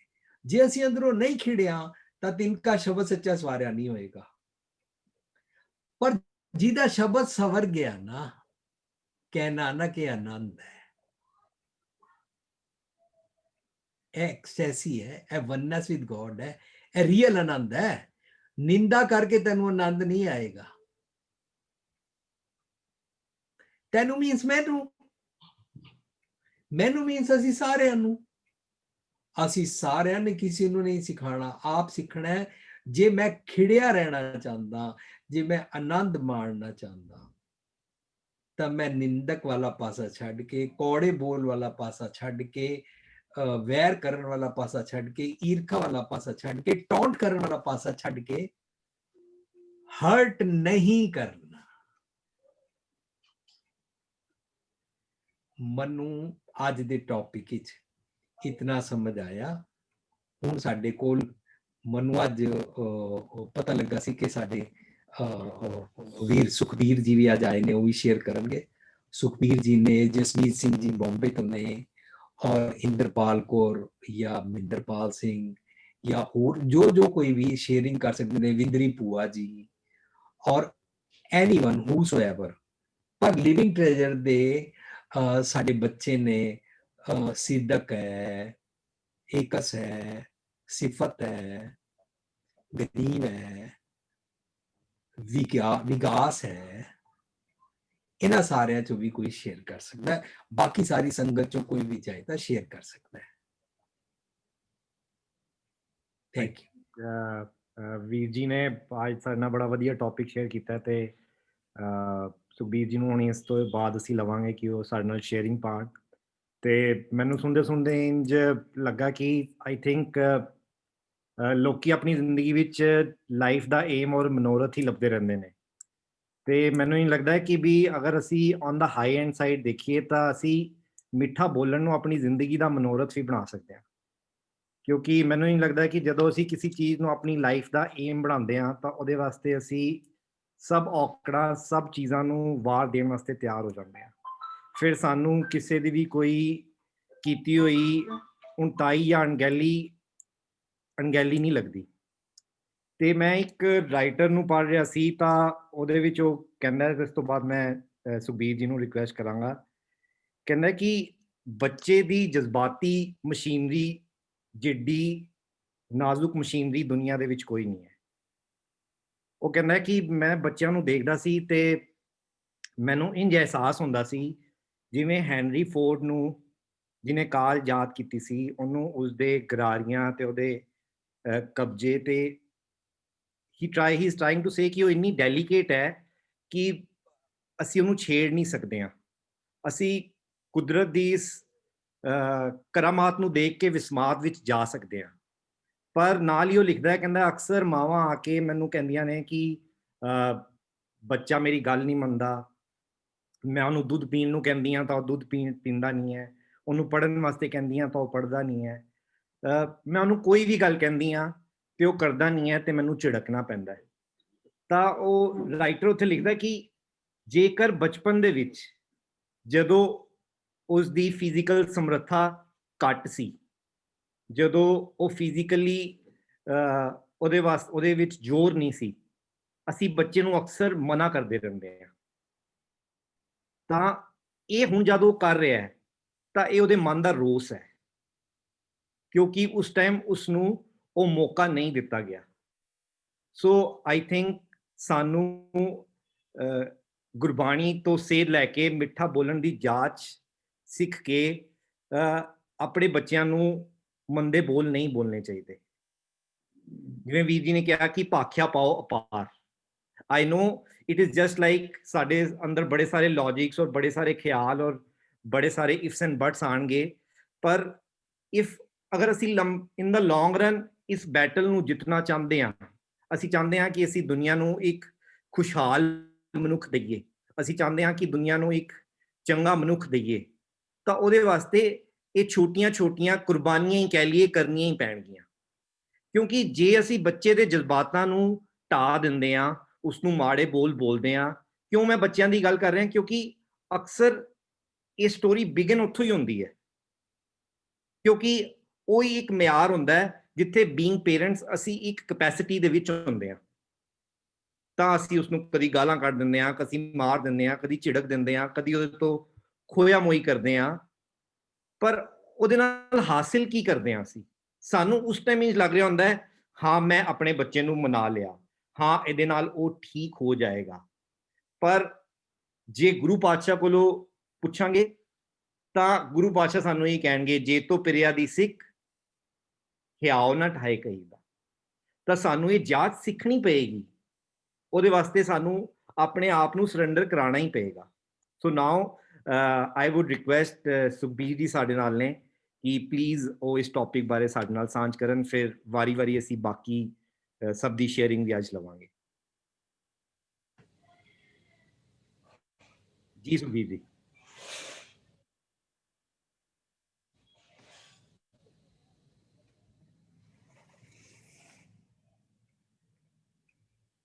Hello.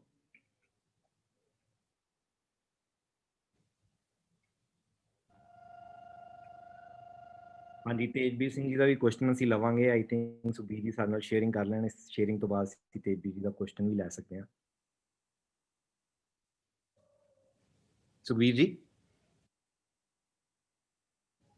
I think in the mean time ਅਸੀਂ ਫਿਰ ਤੇਜਵੀਰ ਜੀ ਦਾ ਕੁਐਸਚਨ ਲੈ ਲੈਂਦੇ ਹਾਂ। ਤੇ ਤੇਜਵੀਰ ਜੀ ਤੁਸੀਂ ਆਪਣਾ ਸਵਾਲ ਪੁੱਛ ਸਕਦੇ ਹੋ। ਵਾਹਿਗੁਰੂ ਜੀ ਕਾ ਖਾਲਸਾ, ਵਾਹਿਗੁਰੂ ਜੀ ਕੀ ਫਤਿਹ। ਫਤਿਹ ਜੀ। ਤੁਸੀਂ ਹੁਣੇ ਕਾਫੀ ਅੱਛਾ ਸ਼ੇਅਰ ਕਰ ਰਹੇ ਸੀ ਪੁਆਇੰਟ ਮਿੱਠ ਬੋਲੜਾ ਵਾਲਾ। ਸੋ ਮੇਰਾ ਕੁਐਸਚਨ ਬੱਚਿਆਂ ਤੋਂ ਰਿਲੇਟਡ ਹੀ ਹੈਗਾ ਕਿ ਬਹੁਤ ਵਾਰੀ ਐਕਸਪੀਰੀਅੰਸ ਕਰਦਾ ਮੈਂ, ਜੋ ਮੇਰੀ ਡਾਟਰ ਹੈ 6 ਇਅਰਸ ਦੀ, ਤੇ ਕਈ ਵਾਰੀ ਜਿਵੇਂ ਕੁਝ ਡਰਾਇੰਗ ਸਿਖਾ ਰਹੀ ਹੋਈ ਹੈ ਤੇ ਉਹ ਠੀਕ ਨਹੀਂ ਬਣਾ ਪਾ ਰਹੀ, ਤੇ ਉਹਨੂੰ ਮੈਂ ਕੋਸ਼ਿਸ਼ ਕਰਦਾ ਕਿ ਇਸ ਨੂੰ ਐਵੇਂ ਬਣਾਉਣ ਦੀ ਕੋਸ਼ਿਸ਼ ਕਰ, ਤੇ ਬਹੁਤ ਵਾਰੀ ਹੁੰਦਾ ਉਹ ਨਹੀਂ ਸੁਣਦਾ, ਕਹਿੰਦਾ ਹਾਂ ਮੁਝੇ ਪਤਾ।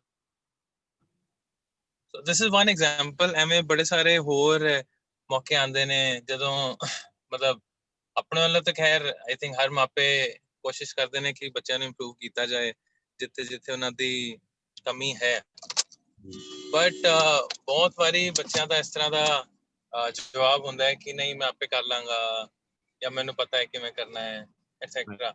ਸੋ ਉਸ ਮੌਕੇ ਤੇ ਠੀਕ ਹੈ, ਕਈ ਵਾਰੀ ਆਪਣੇ ਆਪ ਨੂੰ ਮੈਂ ਸਮਝਾ ਲੈਣਾ ਕਿ ਠੀਕ ਹੈ ਬੱਚਾ ਹੁਣੇ ਨਹੀਂ ਸੁਣ ਰਿਹਾ, ਕੋਈ ਗੱਲ ਨਹੀਂ, but let me throw opinion to her, ਜੇ ਉਹ ਐਕਸੈਪਟ ਕਰੇਗੀ ਵੈਲ ਐਂਡ ਗੁੱਡ, ਨਹੀਂ ਤਾਂ ਕੋਈ ਗੱਲ ਨਹੀਂ। ਬਟ ਬਹੁਤ ਵਾਰੀ ਆਪਣੇ ਅੰਦਰ ਥੋੜਾ ਜਿਹਾ ਜਾਂ due to a day stress ਜਾਂ ਜੋ ਵੀ ਕਰਕੇ ਥੋੜਾ ਜਿਹਾ ਉਹ ਫਰਸਟ੍ਰੇਸ਼ਨ ਜੀ ਕ੍ਰੀਏਟ ਹੋ ਜਾਂਦੀ ਹੈ ਕਿ ਯਾਰ ਸੁਣਦੇ ਨਹੀਂ ਬੱਚੇ। ਸੋ ਮਾਈ ਕੁਐਸਚਨ ਇਜ਼ ਕਿ ਜਦੋਂ ਇਸ ਤਰੀਕੇ ਦਾ ਬੱਚੇ ਦਾ ਐਟੀਟਿਊਡ ਹੈ ਤੇ ਜਾਂ ਬੱਚੇ ਦਾ ਐਟੀਟਿਊਡ ਆ ਗਿਆ ਕਿ ਉਹ ਖੁਦ ਗਲਤੀ ਕਰੇਗਾ ਤਾਂ ਹੀ ਸਿੱਖੇਗਾ ਔਰ ਵੈਸੇ ਨਹੀਂ ਸਿੱਖ ਪਾ ਰਿਹਾ, ਤੇ ਐਸੇ ਸਿਚੁਏਸ਼ਨ ਵਿੱਚ ਅਸੀਂ ਐਜ਼ ਅ ਪੈਰੈਂਟ ਉਹਨਾਂ ਨੂੰ ਕਿਸ ਤਰੀਕੇ ਨਾਲ ਮਤਲਬ ਉਹਨਾਂ ਲਈ ਅੱਗੇ ਅਸੀਂ ਪ੍ਰਿਪਰੇਸ਼ਨ ਕਰੀਏ, ਕਿਵੇਂ ਉਹਨਾਂ ਨੂੰ ਗਾਈਡਲਾਈਨ ਦੇ ਸਕੀਏ ਜਾਂ ਕਿਵੇਂ ਆਪਣੇ ਆਪ ਨੂੰ ਪ੍ਰੈਜ਼ੈਂਟ ਕਰੀਏ ਕਿ ਦੇ ਕੈਨ ਮਤਲਬ ਜਾਂ ਇੰਪਰੂਵ ਹੋ ਸਕਣ rather than ਕਿ ਪਹਿਲੇ ਉਹ ਗਲਤੀ ਕਰਨ ਫਿਰ ਸਿੱਖਣ। ਇੱਕ ਕੁਐਸਚਨ ਹੈਗਾ ਮੇਰਾ। ਮੈਂ ਵੀਰ ਜੀ ਨੂੰ ਰਿਕੁਐਸਟ ਕਰਾਂਗਾ ਕਿ ਉਹ ਆਨਸਰ ਕਰਨ, ਪਰ ਉਸ ਤੋਂ ਪਹਿਲੇ ਮੈਨੂੰ ਹੀ ਲੱਗਦਾ ਕਿ ਜਦੋਂ ਆਈ ਥਿੰਕ ਇਹ ਸਾਡੇ ਅੰਦਰ ਇੱਕ ਥੋੜੀ ਜੀ ਸਮਝ ਦੀ ਜਿਹੜੀ ਹੈਗੀ ਹੈ ਉਹ ਡਿਫਰੈਂਸ ਹੈਗਾ ਕਿ ਬੱਚੇ ਦੇ ਅੰਦਰ ਇੱਕ ਉਮੰਗ ਹੁੰਦੀ ਹੈ, ਉਹ ਆਪਣੇ ਅੰਦਰ ਦੀ ਉਮੰਗ ਤੇ ਤਰੰਗ ਨੂੰ ਜ਼ਾਹਿਰ ਕਰਨਾ ਚਾਹੁੰਦਾ ਹੈ। ਉਹਦੇ ਵਾਸਤੇ ਕੁਝ ਸਹੀ ਗਲਤ ਨਹੀਂ ਹੈ, ਉਹਦੇ ਵਾਸਤੇ ਉਸ ਟਾਈਮ ਦੇ ਵਿੱਚ ਐਕਸਪੀਰੀਅੰਸ ਕਰਨਾ ਚਾਹੁੰਦਾ ਉਹ।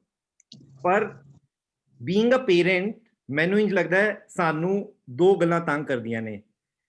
ਆਈ am just saying from being a parent, ਕਿਉਂਕਿ ਮੈਂ ਵੀ ਬੱਚੇ ਦਾ ਪਿਓ ਹੈਗਾ, ਕਿ ਜੇ ਕੁਝ ਉਹ ਗਲਤ ਕਰੇਗਾ ਤਾਂ ਉਹਦੇ ਨਾਲ ਮੇਰਾ ਨਾਮ ਖਰਾਬ ਹੋਏਗਾ। ਸੋ ਮੇਰਾ ਥਾਟ ਪ੍ਰੋਸੈਸ, ਔਰ ਕਿਉਂਕਿ ਮੈਂ ਦੇਖਿਆ ਬੜੀ ਵਾਰੀ ਕਈ ਵਾਰੀ ਜਦੋਂ ਮੇਰਾ ਵਿਕਾਸ ਤੇ ਜ਼ੋਰ ਚੱਲਦਾ ਸੀ ਤਾਂ ਮੈਂ ਆਪਣੇ ਆਪ ਨੂੰ ਐਨਾਲਾਈਜ਼ ਕੀਤਾ ਤਾਂ ਮੈਨੂੰ ਇਹ ਲੱਗਦਾ ਕਿ ਮੈਂ ਹਾਰਨਾ ਨਹੀਂ ਚਾਹੁੰਦਾ।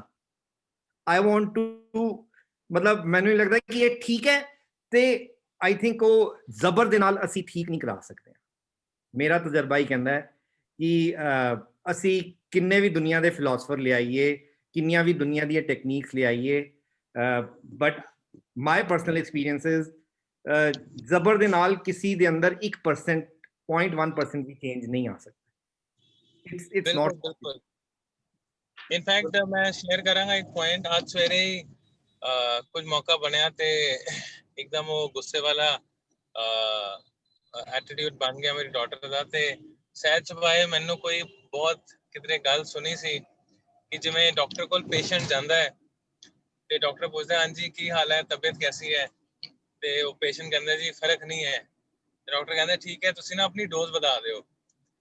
ਤੇ ਮੈਨੂੰ ਉਹ ਚੀਜ਼ ਖਿਆਲ ਆਈ ਤੇ ਮੈਨੂੰ ਫਿਰ ਇਹ ਆਇਆ ਕਿ ਉਸ ਮੌਕੇ ਤੇ ਮੈਂ ਕਿਹਾ ਜੇ ਹੁਣ ਬੱਚਾ ਜੇ ਨਹੀਂ ਮੰਨ ਰਿਹਾ ਨਾ ਤੇ ਫਿਰ ਪਿਆਰ ਦੀ ਡੋਜ਼ ਵਧਾ ਦਿਓ ਕਿ ਸ਼ਾਇਦ ਵਰਕ ਕਰੇ। ਐਂਡ ਆਈ ਇਵੈਂਚੁਅਲੀ ਸੌ ਮਤਲਬ ਉਹ ਥੋੜਾ ਕਿਸੇ ਕਾਰਨ ਤੋਂ ਗੁੱਸੇ 'ਚ ਬੋਲੀ ਤੇ ਮੈਂ ਥੋੜਾ ਹੋਰ ਲਾਡ ਵਿੱਚ ਬੋਲਿਆ ਤੇ ਇੱਕਦਮ ਉਹ ਚੀਜ਼ ਚੇਂਜ ਹੋ ਗਈ। ਵੈਰੀ ਸੋ ਆਈ ਨਾਈਸ। ਥਿੰਕ ਲਵ ਮਤਲਬ ਲਵਿੰਗ ਜੈਸਚਰ, ਸਾਡੀ ਲੈਂਗੁਏਜ, ਉਹ ਪਿਆਰ ਦਾ ਹੱਥ, ਮਤਲਬ ਆਲ ਥੀਸ ਚੀਜ਼ਾਂ ਬਹੁਤ ਐਨਹਾਂਸ ਕਰਦੀਆਂ ਨੇ ਕਿ ਕਿਵੇਂ ਅਸੀਂ ਬੱਚਿਆਂ ਨੂੰ ਟ੍ਰਾਂਸਫੋਰਮੇਸ਼ਨ ਦੇਖ ਸਕਦੇ ਹਾਂ। ਤੇ ਕੁਝ ਵੀਰ ਜੀ ਜੇ ਸ਼ੇਅਰ ਕਰ ਸਕਣ, ਮਤਲਬ in addition to this, no doubt he has lot of experience.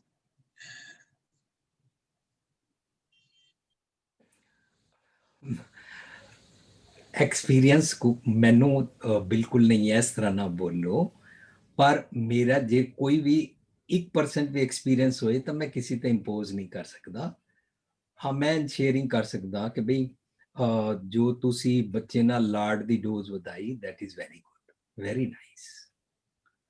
ਤੇ ਦੂਜਾ, ਅਮਨ ਜੀ ਨੇ ਵੀ ਠੀਕ ਕਿਹਾ ਕਿ ਅਸੀਂ ਜਬਰਨ ਨਹੀਂ ਸਿਖਾ ਸਕਦੇ, ਪਰ ਜਦੋਂ ਅਸੀਂ ਲਿਵ ਨੇਕੀ ਤੇ ਸੱਚਾਈ ਨਾਲ ਜੋੜ ਰਹੇ ਹਾਂ, ਸਿਮਰਨ ਦੀਆਂ ਬਰਕਤਾਂ ਸਿੱਖ ਰਹੇ ਹਾਂ, ਮੈਂ ਮਿੱਠਾ ਬੋਲਣਾ ਹੈ ਇਹ ਸਿੱਖ ਰਹੇ ਹਾਂ, ਤਾਂ ਜਦੋਂ ਮਨ ਢਾ ਦਿੱਤਾ ਨਾ, ਮਿੱਠਾ ਬੋਲਣਾ, ਕਿਸੇ ਦਾ ਮਨ ਨਾ ਦੁਖਾਉਣਾ।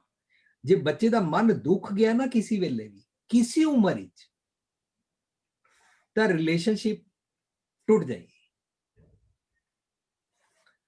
ਅੰਦਰੋਂ ਟੁੱਟ ਜਾਏਗਾ। ਇੱਕ ਵਾਰੀ ਵੀ ਉਹ ਟੁੱਟ ਗਿਆ ਨਾ ਤਾਂ ਅਸੀਂ ਡਰਾਇੰਗ ਛੱਡ ਦੁਨੀਆ ਦਾ ਕੋਈ ਸਬਜੈਕਟ ਪੜ੍ਹਾ ਲਈਏ, ਉਹਨੂੰ PhDਆਂ ਕਰਾ ਲਈਏ, ਜੋ ਮਰਜ਼ੀ ਕਰਾ ਲਈਏ, ਸਾਨੂੰ ਫੋਕਸ ਰੱਖਣਾ ਹੈ ਮੇਰੇ ਬੱਚੇ ਨਾਲ ਰਿਲੇਸ਼ਨਸ਼ਿਪ ਨਹੀਂ ਟੁੱਟਣੀ ਚਾਹੀਦੀ। ਮੇਰੇ ਬੱਚੇ ਦਾ ਨਾ ਸ਼ੀਸ਼ਾ ਦਿਲ ਬੜਾ ਨਾਜ਼ੁਕ ਹੈ। ਸਾਡਾ ਵੀ ਦਿਲ ਬੱਚਾ ਹੈ, ਦਿਲ ਤੋਂ ਬੱਚਾ ਹੈ ਜੀ, ਤਾਂ ਬੱਚੇ ਦਾ ਤੇ ਵਾਕਈ ਬੱਚਾ ਹੈ। ਤਾਂ ਅਸੀਂ ਬੱਚੇ ਤੋਂ ਪ੍ਰੈਕਟਿਸ ਕਰਦੇ ਹੋਏ ਪੂਰੀ ਦੁਨੀਆ 'ਚ ਹੀ ਇੰਝ ਰੱਖਾਂਗੇ, ਕਿਸੇ ਦਾ ਵੀ ਨਾਜ਼ੁਕ ਦਿਲ ਨਹੀਂ ਢਾਣਾ। ਤੇ ਅਸੀਂ ਆਪਣੇ ਬੱਚੇ ਦੇ ਨਾਲ ਜਦੋਂ ਡੀਲ ਕਰ ਰਹੇ ਹਾਂ ਤਾਂ ਸਾਨੂੰ ਆਪਣਾ ਭਾਖਿਆ ਪਾਉ-ਪਾਰ ਦਾ ਲੈਵਲ ਅਨਲਿਮਿਟਿਡ ਕਰਨਾ ਹੈ। ਜਿਹੜੇ ਸਕੂਲ ਵਿੱਚ ਟੀਚਰਸ ਮੁਰਗਾ ਬਣਾਉਂਦੇ ਨੇ, ਮਾਰਦੇ ਨੇ, ਉਹ ਤਰੀਕਾ ਠੀਕ ਨਹੀਂ ਹੈ। ਪਿਆਰ ਕਰਦੇ ਨੇ, ਉਹ ਤਰੀਕਾ ਬੈਟਰ ਹੈ। ਇੰਝ ਹੀ ਘਰ ਅੰਦਰ ਪਿਆਰ ਦੇ ਨਾਲ ਭਾਖਿਆ ਪਾਉ-ਪਾਰ। ਯੈਸ ਵੀਰ ਜੀ ਜਿਵੇਂ ਕਹਿ ਰਹੇ ਨੇ ਤਾਂ ਜੀ। ਉਹ ਰਾਈਟਰ ਇੰਜੀ ਲਿਖਦਾ ਹੈ, ਕਹਿੰਦਾ ਕਿ ਮਾਪਿਓ ਬੱਚੇ ਦਾ ਦਿਲ ਐਵੇਂ ਤੋੜ ਦਿੰਦੇ ਨੇ ਜਿਵੇਂ ਬੰਦਰ ਜਿਹੜਾ ਹੁੰਦਾ ਉਹ ਬੀਜੜੇ ਦਾ ਘਰ ਨਾ ਜਾ ਜਾ ਕੇ ਤੋੜ ਦਿੰਦਾ ਹੈ। ਸੋ ਹੀ ਸੇਜ਼ ਕਿ like we are like monkey, ਜਾਣ ਜਾਣ ਜਾਣ ਜਾਣ ਕੇ। ਤੇ ਆਈ ਥਿੰਕ ਵਾਕਈ ਅਸੀਂ ਆਪਣੇ ਬੱਚਿਆਂ ਨਾਲ ਨਿਆਂ ਨਹੀਂ ਕਰਦੇ ਹਾਂ ਇਨ ਅ ਰਾਈਟ ਸੈਂਸ ਜਦੋਂ ਅਸੀਂ ਉਹਨਾਂ ਨੂੰ ਝਿੜਕਦੇ ਹਾਂ ਜਾਂ ਲਾਮੇ ਦਿੰਦੇ ਹਾਂ। ਇਹ ਜਸਮੀਤ ਸਿੰਘ ਜੀ ਬੰਬੇ, ਇਹਨਾਂ ਦੇ ਨਾਲ 150 ਬੱਚੇ ਔਰ ਉਹਨਾਂ ਦੇ ਪਰਿਵਾਰ ਜ਼ੂਮ ਤੇ ਹਰ ਸੰਡੇ 11 11:30 ਵਜੇ ਕਰਦੇ ਨੇ। ਇਹਨਾਂ ਕੋਲੋਂ ਵੀ ਲੈ ਲਓ ਸ਼ੇਅਰਿੰਗ ਜੀ। ਬੱਚਿਆਂ ਦੇ ਨਾਲ ਡੀਲ ਕਰਨ ਵਾਸਤੇ ਜਾਂ ਕਿਸ ਤਰ੍ਹਾਂ। ਜੀ ਜਸਮੀਤ ਜੀ ਪਲੀਜ਼। ਵਾਹਿਗੁਰੂ ਜੀ ਕਾ ਖਾਲਸਾ, ਵਾਹਿਗੁਰੂ ਜੀ ਕੀ ਫਤਿਹ। ਆਵਾਜ਼ ਆ ਰਹੀ ਹੈ ਮੇਰੀ ਜੀ? ਜੀ ਆ ਰਹੀ ਹੈ। आई थिंक ये थोड़ा अनफेयर है कि ਤੁਸੀਂ ਸਾਰੇ ਵਿਦ ਐਕਸਪੀਰੀਅੰਸ ਵਿਦ ਬੱਚੇ ਤੇ ਮੈਂ ਆਪਣਾ ਵਿਊ ਉਸ ਰਿਲੇਟਡ ਸ਼ੇਅਰ ਕਰਾਂ। I think it doesn't make much sense, but ਵੀਰ ਜੀ ਦੀ ਵਡਿਆਈ ਹੈ ਕਿ ਸ਼ੇਅਰ ਕਰ ਸਕਦੇ ਸਾਡੇ ਨਾਲ। ਹਾਂਜੀ, ਅਸੀਂ ਪੇਰੈਂਟਸ ਵੱਲੋਂ ਸ਼ੇਅਰ ਕਰ ਰਹੇ ਹਾਂ, ਤੁਸੀਂ ਬੀਇੰਗ ਅ ਕਿਡ ਆਪਣੀ ਸ਼ੇਅਰਿੰਗ ਕਰ ਸਕਦੇ। ਬਿਲਕੁਲ ਬਿਲਕੁਲ, ਵੀਰ ਜੀ ਦੀ ਵਡਿਆਈ ਹੈ, ਵੀਰ ਜੀ ਇਤਨਾ ਮਾਨ ਦਿੰਦੇ ਨੇ। ਜਦੋਂ ਵੀਰ ਜੀ ਬੋਲਦੇ ਪਏ ਸੀ, ਮੈਂ ਥੋੜਾ ਪਿੱਛੋਂ ਆਵਾਂ। ਜੋ ਵੀਰ ਜੀ ਨੇ ਫਰੀਦ ਸਾਹਿਬ ਦੇ 2 ਸ਼ਲੋਕ ਚੁੱਕੇ ਤੇ ਮੈਨੂੰ ਨਾ ਉਸ ਵਕਤ ਇੱਕ ਚੀਜ਼ ਚੇਤੇ ਆਈ, ਕਿਉਂਕਿ ਗੱਲ ਚੱਲਦੀ ਪਈ ਸੀ ਮਿਠਾਸ ਦੀ, ਮਿੱਠੇ ਬੋਲ ਦੀ, ਤੇ ਉਧਰੋਂ ਸਵਾਲ ਪੈਦਾ ਹੋਇਆ ਕਿ ਕਿਉਂਕਿ ਸਵਾਲ ਦਾ ਜਿਹੜਾ ਤੱਤ ਭਾਵ ਮੈਂ ਸਮਝਿਆ ਕਿ ਸਾਨੂੰ ਕਦੇ ਕੁਝ ਨਜ਼ਰ ਆ ਰਹੇ ਹੁੰਦੇ, ਭਾਵੇਂ ਉਹ ਬੱਚਾ ਹੋਏ, ਭਾਵੇਂ ਕੋਈ ਹੋਰ ਹੋਏ, ਸਾਡਾ ਉਹਦੀ ਸੋਚ ਨਾਲ ਜਾਂ ਉਹਦੇ ਕਰਮ ਨਾਲ ਅਗਰੀਮੈਂਟ ਨਹੀਂ। ਇਸ ਕਰਕੇ ਸਾਡੀ ਨੀਅਤ ਹੋ ਸਕਦਾ ਗਲਤ ਨਾ ਹੋਏ ਕਿ ਅਸੀਂ ਕਿਸੇ ਨੂੰ ਕਹੀਏ ਕਿ ਇਹ ਚੀਜ਼ ਤੂੰ ਇਵੇਂ ਨਾ ਕਰ, ਇਸ ਵੇ ਹੋਰ ਨਾਲ ਕਰ, ਨਹੀਂ ਤੇ ਤੇਰਾ ਨੁਕਸਾਨ ਨਾ ਹੋ ਜਾਏ। ਪਰ ਸਾਨੂੰ ਸਮਝਣਾ ਪਏਗਾ ਕਿ ਅਸੀਂ ਉਹ ਚੀਜ਼ ਕਿਸ ਢੰਗ ਨਾਲ ਕਰਦੇ ਪਏ ਹਾਂ। ਉਹ ਸਮਝਣ ਤੋਂ ਪਹਿਲਾਂ ਜੋ ਟੌਪਿਕ ਚੱਲਿਆ ਨਿਰਵੈਰ, ਜਦੋਂ ਅਸੀਂ ਸਤਿਗੁਰ ਦੀ ਬਾਤ ਵੀ ਪਾਈਏ, ਗੁਰੂ ਗ੍ਰੰਥ ਸਾਹਿਬ ਦੀ ਬਾਣੀ ਦੇ ਵਿੱਚ ਸਤਿਗੁਰ ਨਾਲ ਵੀ ਇੱਕ ਲਫ਼ਜ਼ ਵਰਤਿਆ ਗਿਆ, ਉਹ ਹੈ ਨਿਰਵੈਰ। ਹੁਣ ਜਿਹੜਾ ਬੜਾ ਹੀ ਗਜ਼ਬ ਦਾ ਟੀਚਰ ਹੁੰਦਾ ਹੈ, ਉਹ ਟੀਚਰ ਇੱਕ ਬਾਤ ਜਾਣਦਾ ਹੈ, ਉਹ ਕਹਿੰਦਾ ਕਿ ਜਿਹੜੀ ਚੀਜ਼ ਮੇਰੇ ਕੋਲ ਹੈ ਨਾ, ਹੇ ਪੁੱਤ ਵੇ ਤੂੰ ਮੇਰੇ ਕੋਲ ਆਇਆ, ਮੈਂ ਤੈਨੂੰ ਦੇ ਜਾਵਾਂ। ਗੁਰੂ ਸਾਹਿਬ ਇੱਕ ਬੜੀ ਪਿਆਰੀ ਐਗਜ਼ਾਮਪਲ ਨਾਲ ਸਮਝਾਉਂਦੇ। ਗੁਰੂ ਸਾਹਿਬ ਕਹਿੰਦੇ ਪਏ ਨੇ, ਕੋਈ ਨਿੰਦਕ ਹੋਵੇ ਸਤਿਗੁਰੂ ਕਾ, ਫਿਰ ਸ਼ਰਨ ਗੁਰ ਆਵੇ। ਤੂੰ ਅੱਜ ਤੱਕ ਸੱਚੇ ਗਿਆਨ ਨੂੰ, ਉਸ ਵਿਜ਼ਡਮ ਨੂੰ ਇਗਨੋਰ ਕਰਦਾ ਆਇਆ, ਪਿੱਠ ਕਰਦਾ ਆਇਆ, ਇਸ ਨੂੰ ਕਹਿੰਦੇ ਨੇ ਨਿੰਦਕ। ਜਾਣਦੇ ਹੋਏ, ਕਿਸ ਨੂੰ ਨਹੀਂ ਪਤਾ ਕਿ ਕਿਸ ਅੰਦਾਜ਼ ਵਿੱਚ ਬੋਲਣਾ, ਕਿਸ ਨੂੰ ਨਹੀਂ ਪਤਾ ਕਿ ਝਗੜਾ ਕਰਕੇ ਮੇਰਾ ਸਿਰ ਹੀ ਦੁਖਣਾ, ਪਤਾ ਸਭ ਨੂੰ ਹੈ।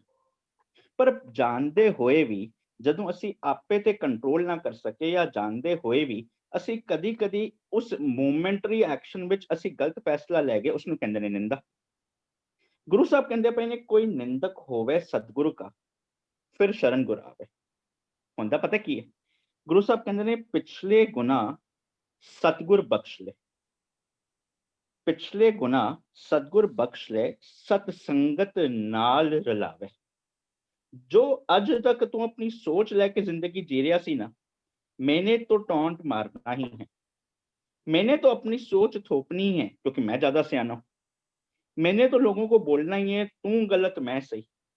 पर ये जरा थॉट प्रोसेस सी ना, जब तू एक्सेप्ट कर लिया कि वो चीज कीती अज तक हासिल कुछ ना होना। साडी जिंदगी दा सब तो बड़ा दुखांत है, असी अज तक जेड़े भी फैसले लए ने, कदी असी सेल्फ इंट्रोस्पेक्शन नहीं करते कि असी जो करते पे हां, साडा टीचा, साडा ऑब्जेक्टिव की है, ते जो करते आए केड़ा ऑब्जेक्टिव अचीव होया है।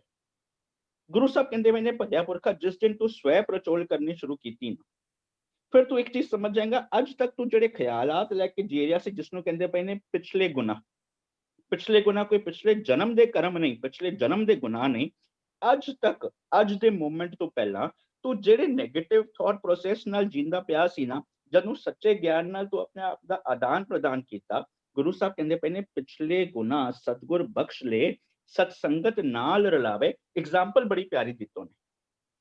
ਗੁਰੂ ਸਾਹਿਬ ਕਹਿੰਦੇ ਨੇ ਜਿਉਂ ਮੀਂਹ ਉੱਠੇ, ਜਦੋਂ ਬਾਰਿਸ਼ ਪੈਂਦੀ ਹੈ, ਨਾਲੀਆਂ ਦਾ ਗਲੀਆਂ ਦਾ ਜਿਹੜਾ ਪਾਣੀ ਹੁੰਦਾ ਨਾ ਸੁਰਸਰੀ ਵਿੱਚ ਜਾ ਕੇ ਮਿਲ ਜਾਂਦਾ, ਉਹਦਾ ਹਿੱਸਾ ਬਣ ਜਾਂਦਾ। ਗੁਰੂ ਸਾਹਿਬ ਕਹਿੰਦੇ ਪਏ ਨੇ ਜਿਉਂ ਮੀਂਹ ਉੱਠੇ, ਗਲੀਆਂ ਨਾਲਿਆਂ ਟੋਬਿਆਂ ਕਾ ਜਲ ਜਾਏ ਪਏ ਵਿੱਚ ਸੁਰਸਰੀ, ਸੁਰਸਰੀ ਵਿੱਚ ਜਾ ਕੇ ਮਿਲ ਜਾਂਦਾ। ਪਰ ਅੱਗੇ ਕਹਿੰਦੇ ਪਏ ਨੇ ਸੁਰਸਰੀ ਮਿਲਤ ਪਵਿੱਤਰ ਪਾਵਨ ਹੋ ਜਾਏ। ਹੁਣ ਉਹਨਾਂ ਦੇ ਵਿੱਚ ਮਿਲ ਕੇ ਉਹ ਵੀ ਪਾਵਨ ਹੋ ਜਾਂਦੇ, ਸਾਫ਼ ਹੋ ਜਾਂਦੇ, ਨਿਰਮਲ ਹੋ ਜਾਂਦੇ। ਹੁਣ ਆਓ ਅਸਲੀ ਮੁੱਦੇ ਤੱਕ। ਗੁਰੂ ਸਾਹਿਬ ਕਹਿੰਦੇ ਪਏ ਨੇ ਇਹ ਵਡਿਆਈ, ਕੀ ਕਹਿੰਦੇ ਪਏ ਨੇ? ਇਹ ਵਡਿਆਈ। ਅਗਲਾ ਨੁਕਤਾ ਧਿਆਨ ਦਿਓ। ਗੁਰੂ ਸਾਹਿਬ ਕਹਿੰਦੇ ਨੇ ਇਹ ਵਡਿਆਈ ਸਤਿਗੁਰ ਨਿਰਵੈਰ ਵਿੱਚ ਹੈ। ਸਤਿਗੁਰ ਨਾਲ ਲਫ਼ਜ਼ ਵਰਤਿਆ ਨਿਰਵੈਰ। ਗੁਰੂ ਸਾਹਿਬ ਕਹਿੰਦੇ ਪਏ ਹਾਂ ਇਹ ਵਡਿਆਈ ਸਤਿਗੁਰ ਨਿਰਵੈਰ ਵਿੱਚ ਜਿਤ ਮਿਲੀਏ, ਤਿਸਨਾ ਭੁਖ ਉਤਰੇ ਹਰ ਸ਼ਾਂਤ ਤਤ। ਹੁਣ ਜੇ ਅਸੀਂ ਰੋਜ਼ ਉਸ ਸਤਿਗੁਰ ਨੂੰ ਸਮਝਣ ਦੀ ਕੋਸ਼ਿਸ਼ ਕਰਦੇ ਹਾਂ, ਸੱਚੇ ਗਿਆਨ ਨਾਲ ਆਪਣੇ ਜੀਵਨ ਦੇ ਇੱਕ ਆਦਾਨ ਪ੍ਰਦਾਨ ਕਰਨ ਦੀ ਕੋਸ਼ਿਸ਼ ਕਰਦੇ ਹਾਂ। ਅਮਨਪ੍ਰੀਤ ਵੀਰ ਜੀ ਨੇ ਐਗਜ਼ਾਮਪਲ ਦਿੱਤਾ ਸੀ ਹੁਣੇ ਬੰਦਰ ਦਾ। ਗੁਰੂ ਸਾਹਿਬ ਕਹਿੰਦੇ ਪਏ ਨੇ ਭਲਿਆ ਪੁਰਖਾ, ਜਦੋਂ ਤੇਰੇ ਜੀਵਨ ਦੇ ਵਿੱਚ ਕ੍ਰੋਧ ਆਂਦਾ ਹੈ ਨਾ, ਚੇਤਾ ਰੱਖੀ ਕ੍ਰੋਧ ਤੇਰੇ ਉੱਤੇ ਪਤਾ ਅਸਰ ਕਿਹੋ ਜਿਹਾ ਕਰਦਾ ਹੈ। ਇੱਕ ਮਦਾਰੀ ਹੁੰਦਾ ਬੰਦਰ ਨੂੰ ਕੰਟਰੋਲ ਕਰਦਾ ਤੇ ਮੈਂ ਤੇ ਕ੍ਰੋਧ ਤੈਨੂੰ ਕੰਟਰੋਲ ਕਰਦਾ। ਗੁਰੂ ਸਾਹਿਬ ਮੇਰੇ ਖਿਆਲ ਸਹਿਸਕ੍ਰਿਤੀ ਸ਼ਲੋਕ ਵਿੱਚ ਸਪਸ਼ਟ ਕਰਦੇ ਨੇ। ਗੁਰੂ ਸਾਹਿਬ ਕਹਿੰਦੇ ਪਏ ਨੇ ਹੇ ਕਲ ਮੂਲ ਕ੍ਰੋਧਨ ਕਦੰਚ ਕਰਨਾ ਨਾ ਉਪਰਜਤਾ, ਬਿਖਿਅੰਤ ਜੀਵਨ ਵਸੰਤ ਕ੍ਰੋਤਨ ਨ੍ਰਿਤਯਨ ਕ੍ਰੋਧ ਜਥਾ ਮਰਕਟਾ। ਕ੍ਰੋਧ ਤੈਨੂੰ ਇਵੇਂ ਨਚਾ ਰਿਹਾ ਜਿਵੇਂ ਬੰਦਰ ਤੈਨੂੰ ਨਚਾਉਂਦਾ।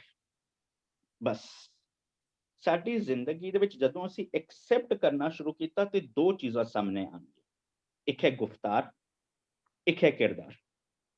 ਅਸੀਂ ਕਹਿ ਕੇ ਨਾ, ਭਾਵੇਂ ਕੋਈ ਬੱਚਾ ਹੋਏ, ਭਾਵੇਂ ਕੋਈ ਹਮ ਉਮਰ ਹੋਏ, ਭਾਵੇਂ ਕੋਈ ਵੱਡਾ ਹੋਏ, ਸਾਡੇ ਕਹਿਆਂ ਕਿਸੇ ਨੇ ਨਹੀਂ ਮੰਨਣਾ। ਅਸੀਂ ਕੋਈ ਕੌਣ ਹਾਂ ਅਸੀਂ ਜੋ ਸਾਡੀਆਂ ਗੱਲਾਂ ਕੋਈ ਮੰਨੇ? ਅਸੀਂ ਕੌਣ ਹਾਂ ਜੋ ਦੁਨੀਆ ਨੂੰ ਸਲਾਹ ਦੇਈਏ ਜਾਈਏ? ਪਰ ਦੋ ਚੀਜ਼ਾਂ ਨੇ, ਇੱਕ ਗੁਫਤਾਰ ਜਿਹਨੂੰ ਕਹਿੰਦੇ ਨੇ ਬੋਲਣ ਦਾ ਢੰਗ, ਦੂਜਾ ਕਹਿੰਦੇ ਨੇ ਕਿਰਦਾਰ। ਸਾਡੀ ਕਰਨੀ ਲੋਕਾਂ ਨੂੰ ਪ੍ਰਭਾਵਿਤ ਕਰੇ। ਸਾਡਾ ਜੋ ਤੁਸੀਂ ਕਹਿ ਰਹੇ ਹੋ ਐਗਜ਼ਾਮਪਲ ਪਰਿਵਾਰ ਜਾਂ ਬੱਚੇ, ਜਦੋਂ ਉਹ ਦੇਖਣਗੇ ਨਾ ਕਿ ਅਸੀਂ ਫੈਸਲੇ ਉਹ ਸਿਆਣਪ ਵਾਲੇ ਲਏ ਨੇ, ਜਦੋਂ ਉਹ ਦੇਖਣਗੇ ਨਾ ਕਿ ਜਿਨ ਮਨ ਹੋਰ ਮੁਖ ਹੋਰ ਨਹੀਂ ਹੈ, ਜਦੋਂ ਉਹ ਦੇਖਣਗੇ ਕਿ ਡੁਐਲਿਟੀ ਵਾਲਾ ਸੁਭਾਅ ਨਹੀਂ ਹੈ, ਜੋ ਕੁਝ ਕਰਦੇ ਪਏ ਨੇ ਨਾ ਉਹ ਜੀਂਦੇ ਪਏ ਨੇ, ਫਿਰ ਆਟੋਮੈਟਿਕਲੀ ਉਹਨਾਂ ਦਾ ਆਏਗਾ ਯਾਰ ਇਹ ਜਿਹੜੇ ਮਿਸ਼ਨ ਤੇ ਚੱਲਦੇ ਪਏ ਨੇ, ਜਿਸ ਆਸਰੇ ਜ਼ਿੰਦਗੀ ਜੀਂਦੇ ਪਏ ਨੇ, ਇਹ ਮਿਸ਼ਨ ਜੋ ਅੱਧਾ ਰਹਿ ਜਾਏਗਾ ਨਾ, ਇਸ ਮਿਸ਼ਨ ਨੂੰ ਮੈਂ ਅੱਗੇ ਲੈ ਕੇ ਜਾਣਾ। ਸਾਡੀ ਪ੍ਰੋਬਲਮ ਇਹ ਹੋ ਗਈ ਕਿ ਅਸੀਂ ਨਾ ਸਾਡੇ ਜੀਵਨ ਦੇ ਵਿੱਚ ਮਿਸ਼ਨ, ਨਾ ਅਸੀਂ ਬੱਚਿਆਂ ਦੇ ਵਿੱਚ ਮਿਸ਼ਨ ਦੇ ਸਕੇ। ਜਦੋਂ ਸਾਡੀ ਜ਼ਿੰਦਗੀ ਦਾ ਉਹ ਗੁਫਤਾਰ ਹੋਈ, ਉਸ ਗੁਫਤਾਰ ਦੇ ਨਾਲ ਨਾਲ ਸਾਡੀ ਜ਼ਿੰਦਗੀ ਦੀ ਉਹ ਕਿਰਦਾਰ ਹੋਇਆ, ਜੋ ਅਸੀਂ ਕਹਿੰਦੇ ਪਏ ਹਾਂ ਉਹ ਅਸੀਂ ਕਰਦੇ ਪਏ ਹਾਂ, ਜੋ ਅਸੀਂ ਕਰਦੇ ਪਏ ਹਾਂ ਉਹਦੇ ਪਿੱਛੇ ਕੋਈ ਮਨੋਰਥ ਹੈ, ਜੋ ਮਨੋਰਥ ਹੈ ਅਸੀਂ ਸੋਚਿਆ ਸਮਝਿਆ ਗਿਆਨ ਸਦਕਾ ਕਰਦੇ ਪਏ ਹਾਂ। ਫਿਰ ਮੈਨੂੰ ਇੰਜ ਜਾਪਦਾ ਸਾਨੂੰ ਕਿਸੇ ਨੂੰ ਕਹਿਣ ਦੀ ਲੋੜ ਨਹੀਂ ਪਏਗੀ, ਕਿਉਂਕਿ ਅਸੀਂ ਇਹ ਸਮਝ ਜਾਵਾਂਗੇ ਅਸੀਂ ਹੁੰਦੇ ਕੌਣ ਆ ਬੋਲਣ ਵਾਲੇ। ਭਾਈ ਸਾਹਿਬ ਦੀ ਬੜੀ ਪਿਆਰੀ ਪੌੜੀ ਹੈ, ਮੈਨੂੰ ਇਸ ਵਕਤ ਸ਼ਾਇਦ ਬੋਲ ਚੇਤੇ ਨਾ ਹੋਣ। ਭਾਈ ਸਾਹਿਬ ਐਗਜ਼ਾਮਪਲ ਦਿੰਦੇ ਨੇ, ਇੱਕ ਬੱਚਾ ਖੇਡਦਾ ਪਿਆ ਸੀ ਨਾ, ਉਹਨੇ ਹੱਥ ਵਿੱਚ ਉਹਨੇ ਸਮਝ ਲਿਆ ਕੋਈ ਖਿਡੌਣਾ ਹੈ, ਇੱਕ ਛੋਟਾ ਜਿਹਾ ਇੱਕ ਸੱਪ ਸੀ। ਉਸ ਬੱਚੇ ਨੇ ਉਹ ਚੁੱਕ ਲਿਆ। ਹੁਣ ਉਹ ਜਦੋਂ ਚੁੱਕ ਲਿਆ, ਮਾਂ ਨੇ ਦੇਖਿਆ ਕਿ ਬੱਚੇ ਨੇ ਸੱਪ ਚੁੱਕਿਆ ਹੈ। ਹੁਣ ਜੇ ਅਗਰ ਮਾਂ ਰੋਲਾ ਪਾਏਗੀ, ਬੱਚਾ ਡਰ ਜਾਏਗਾ। ਬੱਚਾ ਡਰ ਜਾ, ਨਤੀਜਾ ਕੀ ਨਿਕਲਣਾ? ਸੱਪ ਨੇ ਬੱਚੇ ਨੂੰ ਡੰਗ ਮਾਰ ਦੇਣਾ। ਸਿਆਣੀ ਮਾਂ ਪਤਾ ਕੀ ਕਰਦੀ ਹੈ? ਸਿਆਣੀ ਮਾਂ ਚੁੱਪਚਾਪ ਬੱਚੇ ਕੋਲ ਜਾਂਦੀ ਹੈ, ਉਸ ਸੱਪ ਨੂੰ ਪਰੇ ਕਰਦੀ ਹੈ, ਬੱਚੇ ਨੂੰ ਸਮਝਾਉਂਦੀ ਹੈ ਭਲਿਆ ਪੁਰਖਾ ਇਹ ਖੇਲਣ ਦੀ ਚੀਜ਼ ਨਹੀਂ। ਭਾਈ ਸਾਹਿਬ ਦੇ ਬਚਨ ਮੈਨੂੰ ਹੋ ਸਕਦਾ ਚੇਤੇ ਨਾ ਹੋਣ। ਭਾਈ ਸਾਹਿਬ ਕਹਿੰਦੇ ਨੇ ਜੈਸੇ ਕਰ ਗਹਿਤ ਸਰਪ ਸੁਤ ਪੇਖ ਮਾਤਾ, ਹੱਥ ਵਿੱਚ ਜਿਵੇਂ ਕਰ ਕਹਿੰਦੇ ਨੇ ਹੱਥ ਨੂੰ, ਜੈਸੇ ਕਰ ਗਹਿਤ ਸਰਪ ਸੁਤ ਪੇਖ ਮਾਤਾ, ਕਹੇ ਨਾ ਪੁਕਾਰ ਫੁਸਲਾਏ ਔਰ ਮੰਡੇ। ਰੋਲਾ ਨਹੀਂ ਪਾਇਆ, ਪਿਆਰ ਨਾਲ ਬੱਚੇ ਨੂੰ ਸਮਝਾਇਆ। ਇੱਕ ਬੰਦਾ ਡਾਕਟਰ ਦੇ ਕੋਲ ਗਿਆ, ਡਾਕਟਰ ਨੇ ਕਹਿੰਦਾ ਤੂੰ ਕਮਲਾ ਹੈ, ਇੰਨਾ ਬਿਮਾਰ ਹੋ ਕੇ ਇੰਨਾ ਤੇਲ ਜਲੇਬੀਆਂ ਗੁਲਾਬ ਜਾਮੁਨ ਖਾ ਕੇ ਮੇਰੇ ਕੋਲ ਆਏ। ਸਿਆਣਾ ਡਾਕਟਰ ਕੀ ਕਹਿੰਦਾ? ਤੂੰ ਮੇਰੇ ਕੋਲ ਆਇਆ ਹੈ, ਕੋਈ ਗੱਲ ਨਹੀਂ, ਅੱਜ ਤੂੰ ਇਹ ਦਵਾਈ ਖਾ, ਅੱਜ ਤੂੰ ਪਰਹੇਜ਼ ਰੱਖ, ਠੀਕ ਹੋ ਜਾਏਗਾ। ਜੈਸੇ ਵੈਦ ਰੋਗੀ ਪ੍ਰਤ ਕਹੇ ਨਾ ਬਿਥਾਰ ਬਿਥਾ। ਡਾਕਟਰ ਨੇ ਕਹਿੰਦਾ ਤੂੰ ਤੇ ਕਮਲਾ ਹੈ, ਇੰਨਾ ਬਿਮਾਰ ਹੋ ਕੇ ਮੇਰੇ ਕੋਲ ਆਇਆ। ਡਾਕਟਰ ਕਹਿੰਦਾ ਚੰਗਾ ਹੋਇਆ ਤੂੰ ਆ ਗਿਆ, ਆ ਮੈਂ ਹੁਣ ਤੈਨੂੰ ਇਹ ਦਵਾਈ ਦਾਂਗਾ, ਦਵਾਈ ਖਾ, ਪਰਹੇਜ਼ ਰੱਖ, ਠੀਕ ਹੋ ਜਾ। ਜੈਸੇ ਵੈਦ ਰੋਗੀ ਪ੍ਰਤ ਕਹੇ ਨਾ ਬਿਥਾਰ ਬਿਥਾ, ਸੰਜਮ ਕੇ ਔਖਦ ਖਵਾਏ ਰੋਗ ਡੰਡ। ਤੀਜੀ ਐਗਜ਼ਾਮਪਲ ਦਿੰਦੇ ਨੇ, जैसे भूल चूक चटिया की ना विचारे पाता, कह कह सिक्ख्या मूर्खत मत खंड है। ਹੁਣ ਇੱਕ MA ਇੰਗਲਿਸ਼ ਹੋਏ, ਉਹਦੇ ਕੋਲ ਕੋਈ ਬੱਚਾ ਜਾਏ ਸਟੂਡੈਂਟ, ਹੁਣ ਉਸ ਬੱਚੇ ਨੂੰ ABCD ਲਿਖਣਾ ਨਹੀਂ ਆਏ, ਟੀਚਰ ਇਹ ਨਹੀਂ ਕਹਿੰਦੀ ਜਾਣੇ ਭਲਾ ਮੈਂ ਤੇ MA ਆ, ਤੈਨੂੰ ਮੈਂ ABCD ਸਿਖਾਵਾਂ। ਟੀਚਰ ਕੀ ਕਰਦੀ ਹੈ, ਸਿਆਣੀ ਟੀਚਰ ਪਿਆਰ ਨਾਲ ਹੱਥ ਫੜਦੀ ਹੈ, A ਫॉर ਐਪਲ ਲਿਖਣਾ ਸਿਖਾਉਂਦੀ ਹੈ। ਆਹਿਸਤਾ ਆਹਿਸਤਾ ਟਾਈਮ ਆਉਂਦਾ ਹੈ, ਉਸ MA ਇੰਗਲਿਸ਼ ਨੇ ਉਸ ਬੱਚੇ ਦੇ ਵਿੱਚ ਇਹ ਕਾਬਲੀਅਤ ਪੈਦਾ ਕਰ ਦਿੱਤੀ ਕਿ ਉਹ ਉਸ ਤੋਂ ਵੀ ਅੱਗੇ ਨਿਕਲ ਜਾਏ। ਹੁਣ ਐਸੀ ਐਗਜ਼ਾਮਪਲ, ਹੁਣ ਐਗਜ਼ਾਮਪਲਸ ਦੇ ਕੇ ਭਾਈ ਸਾਹਿਬ ਅਖੀਰ ਵਿੱਚ ਨਿਚੋੜ ਕਰਦੇ ਨੇ। ਭਾਈ ਸਾਹਿਬ ਕਹਿੰਦੇ ਪਏ ਨੇ, ਤੈਸੇ ਪੇਖ ਅਵਗੁਣ ਕਹੇ ਨਾ ਸਤਿਗੁਰ ਕਾਹੂ, ਪੂਰਨ ਵਿਵੇਕ ਸਮਝਾਵਤ ਪ੍ਰਚੰਡ ਹੈ। ਬਸ ਤਿਵੇਂ ਜਦੋਂ ਮਨੁੱਖ ਦੇ ਜੀਵਨ ਦੇ ਵਿੱਚ ਅਵਗੁਣ ਦੇਖ ਕੇ ਨਾ, ਗੁਰੂ ਨਹੀਂ ਵੈਰ ਕਰਦਾ ਕਿ ਤੇਰੇ ਜੀਵਨ ਦੇ ਵਿੱਚ ਅਵਗੁਣ ਹੈ। ਗੁਰੂ ਉਹ ਗਿਆਨ ਸਦਕਾ ਜੀਵਨ ਵਿੱਚ ਵਿਵੇਕ ਆਂਦਾ ਹੈ, ਇਹ ਸਹੀ ਤੇ ਇਹ ਗਲਤ। ਜਦੋਂ ਅਸੀਂ ਜ਼ਿੰਦਗੀ ਦੇ ਵਿੱਚ ਸਹੀ ਤੇ ਗਲਤ ਦੇ ਫੈਸਲੇ ਕਰਨੇ ਸਿੱਖ ਲਏ, ਫਿਰ ਭਾਵੇਂ ਬੱਚੇ ਹੋਣ, ਭਾਵੇਂ ਹਮ ਉਮਰ ਹੋਣ, ਭਾਵੇਂ ਵੱਡੇ ਹੋਣ, ਸਾਡੇ ਫੈਸਲੇ ਵਿਵੇਕ ਨਾਲ ਹੋਣਗੇ। ਸਾਡੀ ਉਹ ਗੁਫ਼ਤਾਰ ਬਣੇਗੀ, ਉਸ ਗੁਫ਼ਤਾਰ ਤੇ ਕਿਰਦਾਰ ਦੇ ਨਾਲ ਸਾਨੂੰ ਕਿਸੇ ਨੂੰ ਕਹਿਣ ਦੀ ਲੋੜ ਨਹੀਂ ਪੈਣੀ। ਸਾਡਾ ਜੀਵਨ ਹੀ ਇੰਨਾ ਸੋਹਣਾ ਬਣੇਗਾ ਕਿ ਅਸੀਂ ਕੰਟੈਂਟ ਰਹਾਂਗੇ, ਆਪ ਕੰਟੈਂਟ ਰਹਾਂਗੇ ਕਿ ਅਸੀਂ ਦੂਜਿਆਂ ਨੂੰ ਟੋਕਾਂਗੇ ਨਹੀਂ। ਬਾਕੀ ਮੈਨੂੰ ਨਹੀਂ ਲੱਗਦਾ ਵੀਰ ਜੀ ਦੇ ਸਾਹਮਣੇ ਮੈਂ ਕੁਝ ਬੋਲਾਂ ਹੈ, ਮੈਨੂੰ ਆਪ ਥੋੜਾ ਡਰ ਮਹਿਸੂਸ ਹੁੰਦਾ ਹੈ। ਬਟ ਵੀਰ ਜੀ ਦਾ ਤੇ ਤੁਹਾਡੇ ਸਾਰਿਆਂ ਦਾ ਬਹੁਤ ਬਹੁਤ ਧੰਨਵਾਦ। ਵਾਹਿਗੁਰੂ ਜੀ ਕਾ ਖਾਲਸਾ, ਵਾਹਿਗੁਰੂ ਜੀ ਕੀ ਫਤਿਹ। ਅਸੀਂ ਜਸਮੀਤ ਜੀ ਦੇ ਬਹੁਤ ਬਹੁਤ ਧੰਨਵਾਦੀ ਹਾਂ ਕਿ ਉਹਨਾਂ ਨੇ ਸਾਡੇ ਨਾਲ ਇੰਨਾ ਇੰਪੋਰਟੈਂਟ ਟੌਪਿਕ ਇੰਨੇ ਆਸਾਨ ਲਫ਼ਜ਼ਾਂ ਦੇ ਵਿੱਚ ਸ਼ੇਅਰ ਕੀਤਾ। And every time I think on his research on Gurbani, it really helps all the Sangat to understand the topic from Gurbani's perspective. ਔਰ ਜਿਹਨੂੰ ਵੀਰ ਜੀ ਵੀ ਬੜੀ ਵਾਰੀ ਕੋਟ ਕਰਦੇ ਨੇ, ਇਹ ਸਾਡਾ ਸਾਰਿਆਂ ਦਾ ਸਾਂਝਾ ਪਲੇਟਫਾਰਮ ਹੈ ਤੇ ਇਹਦੇ ਵਿੱਚ ਨਾ ਕੋਈ ਟੀਚਰ ਹੈ, ਨਾ ਕੋਈ ਪ੍ਰੀਚਰ ਹੈ। It's a two way traffic. So ਇਹ ਸਾਡਾ ਕੋਈ ਧੜਾ ਜਾਂ ਕੋਈ ਇਹੋ ਜਿਹਾ ਨਹੀਂ ਹੈ, ਇਹ ਤੇ ਸਾਰਿਆਂ ਦੀ ਜ਼ਰੇ ਨਵਾਜ਼ੀ ਹੈ ਕਿ ਉਹ ਸਾਨੂੰ ਇੰਨਾ ਮਾਣ ਬਖਸ਼ਦੇ ਨੇ। ਬਟ ਹਰ ਕਿਸੇ ਦੀ ਸਾਂਝ ਬੜੀ ਹੀ ਇੰਪੋਰਟੈਂਟ ਔਰ ਬੜੀ ਹੀ ਕੀਮਤੀ ਹੈਗੀ ਹੈ, ਜਿਹਦੇ ਨਾਲ ਸਾਨੂੰ ਸਾਰਿਆਂ ਨੂੰ ਬੈਨੀਫਿਟ ਹੁੰਦਾ। ਸੋ ਨਾਓ ਆਈ ਵੁੱਡ ਰਿਕੁਐਸਟ ਸੁਖਬੀਰ ਜੀ ਜੇ ਉਹ ਸਾਡੇ ਨਾਲ ਇਸ ਟੌਪਿਕ ਬਾਰੇ ਆਪਣੀ ਸ਼ੇਅਰਿੰਗ ਕਰਨ, ਤੇ ਫਿਰ ਅਸੀਂ ਵਿੰਦਰੀ ਭੂਆ ਜੀ ਨੂੰ ਰਿਕੁਐਸਟ ਕਰਾਂਗੇ ਕਿ ਉਹ ਵੀ ਅੱਜ ਦੇ ਟੌਪਿਕ ਬਾਰੇ ਸਾਡੇ ਨਾਲ ਸਾਂਝ ਕਰਨ। ਜੀ ਸੁਖਬੀਰ ਜੀ।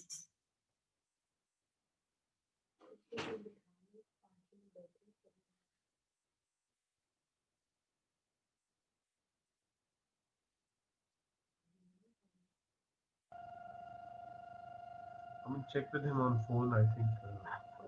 ਮੈਨੂੰ ਕਿਹਾ ਸੀ ਕਿ ਮਾਈਕ ਇਜ਼ ਓਕੇ। तब तक हरप्रीत जी ने Harpreet wants to share something. By the time Harpreet ji please unmute yourself. ਇੱਕ minute Sukhbir ji, can you listen to us? I think ਉਹਨਾਂ ਦਾ ਮਾਈਕ ਕਿਉਂਕਿ ਓਪਨ ਹੈ, ਮੈਂ ਪੁੱਛ ਰਿਹਾ ਕਿ ਜੇ ਉਹ ਬੋਲ ਸਕਦੇ ਨੇ ਤੇ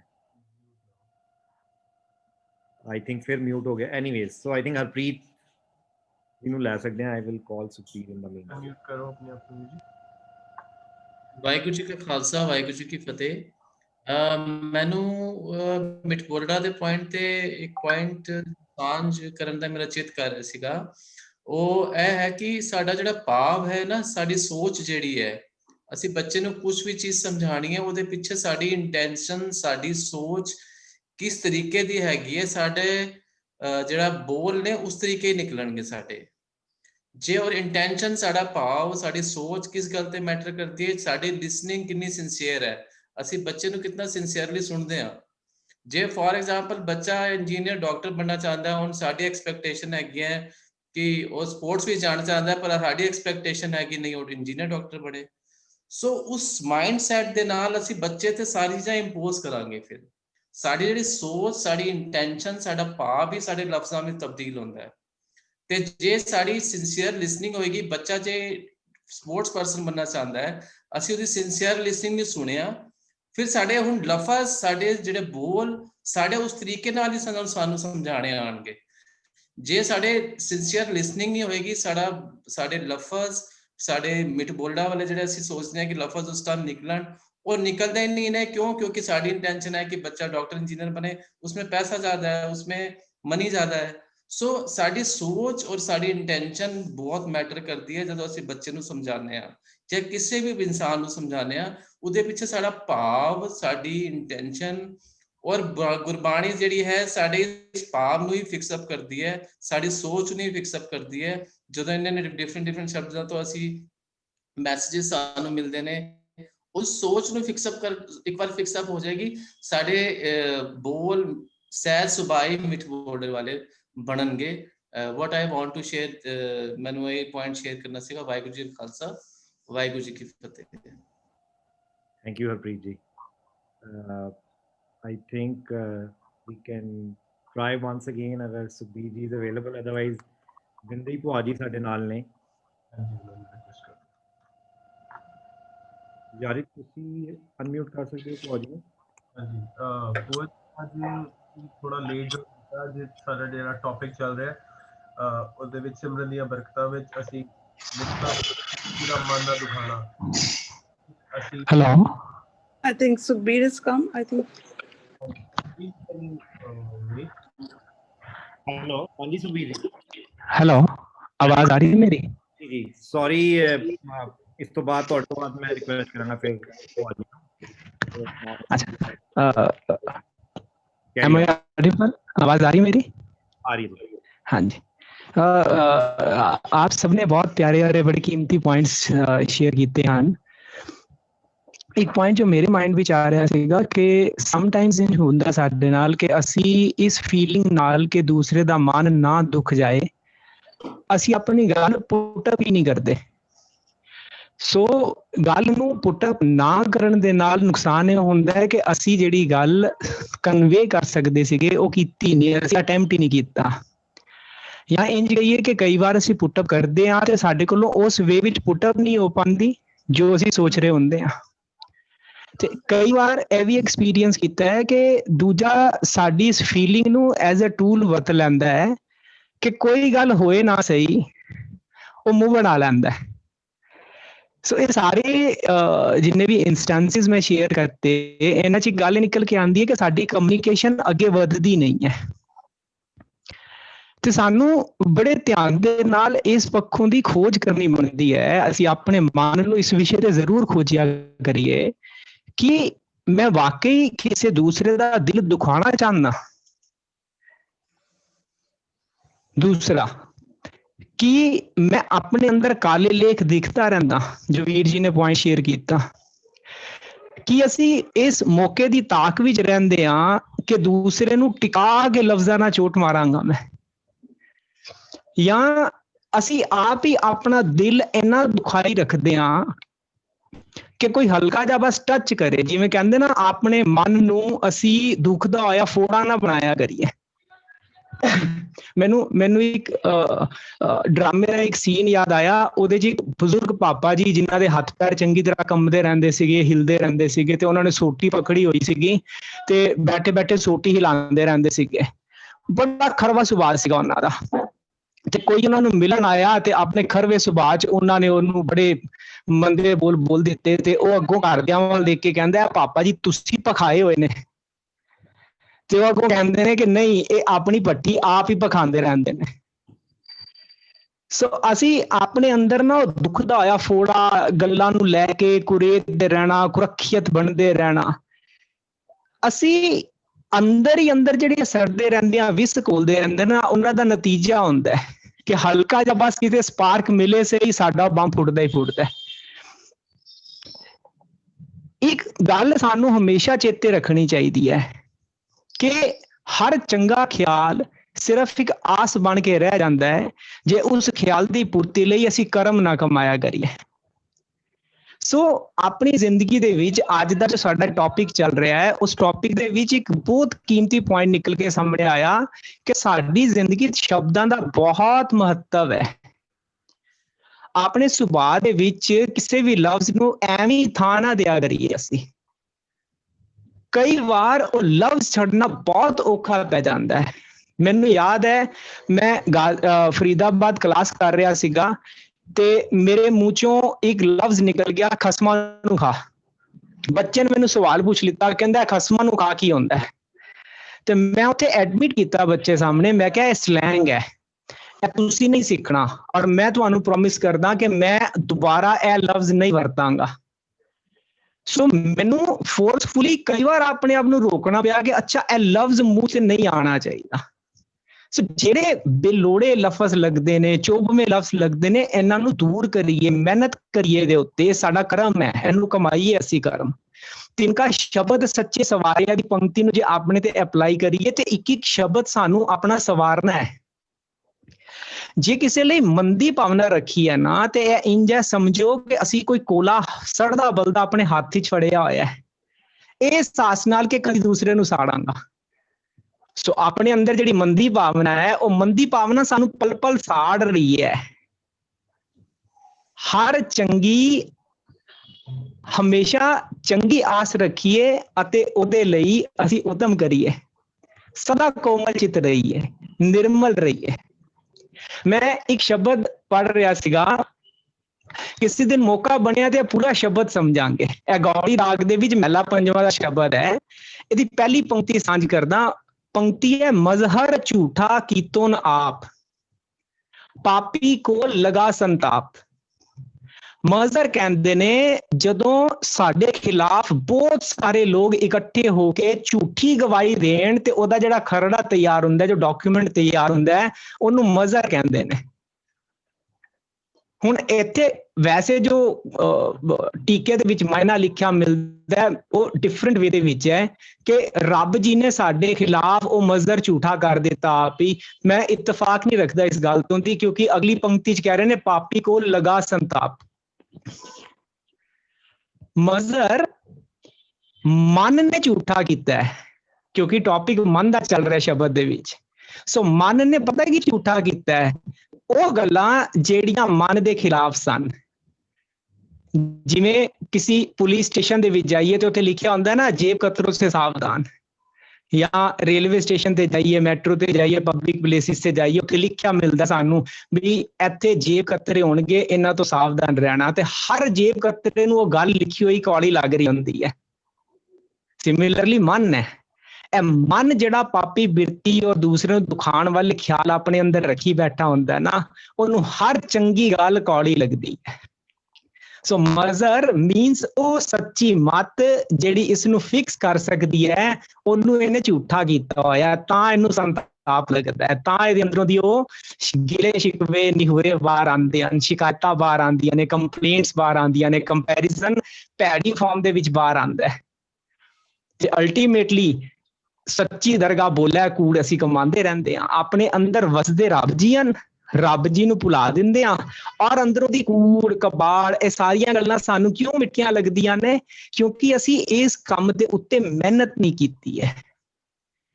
ਸੋ ਅੱਜ ਦਾ ਇਹ ਟੌਪਿਕ ਮੈਨੂੰ ਇੰਨਾ ਕੀਮਤੀ ਲੱਗਦਾ ਜਾ ਰਿਹਾ, ਮੈਂ ਨੋਟਸ ਬਣਾਉਂਦਾ ਜਾ ਰਿਹਾ, ਨਾਲ ਦੇ ਨਾਲ ਇੰਨੇ ਕੀਮਤੀ ਪੁਆਇੰਟਸ ਨਿਕਲ ਕੇ ਆ ਰਹੇ ਹਨ ਕਿ ਇੱਕ ਇੱਕ ਥਾਂ ਤੇ ਜਿੱਥੇ ਮਨ ਦੇ ਅੰਦਰ ਕੌੜਾ ਖਿਆਲ ਆਉਂਦਾ ਹੈ, ਉਸ ਖਿਆਲ ਦੇ ਪਿੱਛੇ ਇੱਕ ਫਿਲਾਸਫੀ ਕੰਮ ਕਰਦੀ ਹੈ। ਉਸ ਖਿਆਲ ਦੇ ਪਿੱਛੇ ਕੁਝ ਬੀਜ ਪਿਆ ਨਜ਼ਰ ਆਉਂਦਾ ਹੈ। ਉਸ ਖਿਆਲ ਦੇ ਪਿੱਛੇ ਮੇਰੀ ਕੋਈ ਮੰਦੀ ਸੋਚ, ਮੰਦਾ ਕੋਈ ਭਾਵਨਾ ਹੈ ਜਿਹੜੀ ਫਿਕਸ ਹੋਣਾ ਮੰਗਦੀ ਹੈ।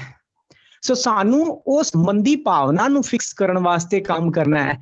ਜ਼ੁਬਾਨ ਨੂੰ ਸਵਾਰਨ ਦੇ ਵਾਸਤੇ ਤੇ ਬੜੇ ਸਾਰੇ ਕੋਰਸਿਸ ਵੀ ਆ ਜਾ ਗਏ ਹਨ, ਪਰ ਜੇ ਭਾਵਨਾ ਫਿਕਸ ਨਹੀਂ ਕੀਤੀ ਤੇ ਅੰਦਰੋਂ ਦੀ ਭਾਵਨਾ ਉਹੀ ਹੀ ਰਹਿ ਜਾਏਗੀ ਕਿ ਮੈਂ ਬੜੇ ਪਿਆਰ ਦੇ ਨਾਲ ਕਿਸੇ ਨੂੰ ਬੋਲ ਰਿਹਾ ਹੋਵਾਂ, ਪਿਆਰੇ ਜੀ ਕਹਿ ਕੇ, ਮਗਰ ਅੰਦਰ ਮੇਰੇ ਕ੍ਰੋਧ ਵਾਲੀ ਔਰ ਝੂਠੀ ਵਾਲੀ ਗੱਲ ਚੱਲ ਰਹੀ ਹੋਵੇ। ਜਿਵੇਂ ਸਾਡਾ ਇੱਕ ਫਰੈਂਡ ਉਹ ਬੰਦੇ ਨੂੰ ਕਹਿੰਦਾ ਹੈ, ਪਾਰਕਿੰਗ 'ਚ ਗੱਡੀ ਲਗਾ ਲਿੱਤੀ ਉਹਨੇ, ਤੇ ਉਹ ਹਜੇ ਲਗਾਉਣ ਹੀ ਲੱਗਾ ਸੀਗਾ ਕਿ ਉਹਦੇ ਪਿੱਛੇ ਹੋਰ ਬੰਦਾ ਆ ਗਿਆ, ਤੇ ਉਹ ਬੜੇ ਪਿਆਰ ਨਾਲ ਕਹਿ ਰਿਹਾ ਉਹਨੂੰ, ਕਹਿੰਦਾ ਭਾਈ ਸਾਹਿਬ ਕਿਆ ਆਪ ਗਾੜੀ ਹਟਾ ਲੋਗੇ? ਔਰ ਉਹਦੇ ਅੰਦਰ ਦੀ ਗੱਲ ਕਹਿੰਦਾ ਮੇਰੇ ਅੰਦਰ ਤੇ ਖਿਆਲ ਚੱਲ ਰਹੀ, ਉਹ ਖੋਤਿਆ ਗੱਦੀ ਹਟਾ ਨਹੀਂ ਤੇ ਮਾਰਾ ਕੰਨ ਤੇ ਆ ਗਏ ਤੇਰੇ।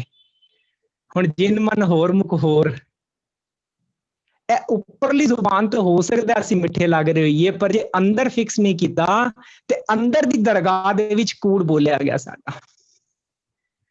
ਸੋ ਮੰਦੀ ਭਾਵਨਾ ਨੂੰ ਦੂਰ ਕਰਨ ਦੇ ਵਾਸਤੇ ਚੰਗਾ ਖਿਆਲ ਅੰਦਰ ਰੱਖਿਆ ਹੈ ਤੇ ਉਸ ਚੰਗੇ ਖਿਆਲ ਦੇ ਉੱਤੇ ਮਿਹਨਤ ਕਰਨੀ ਹੈ।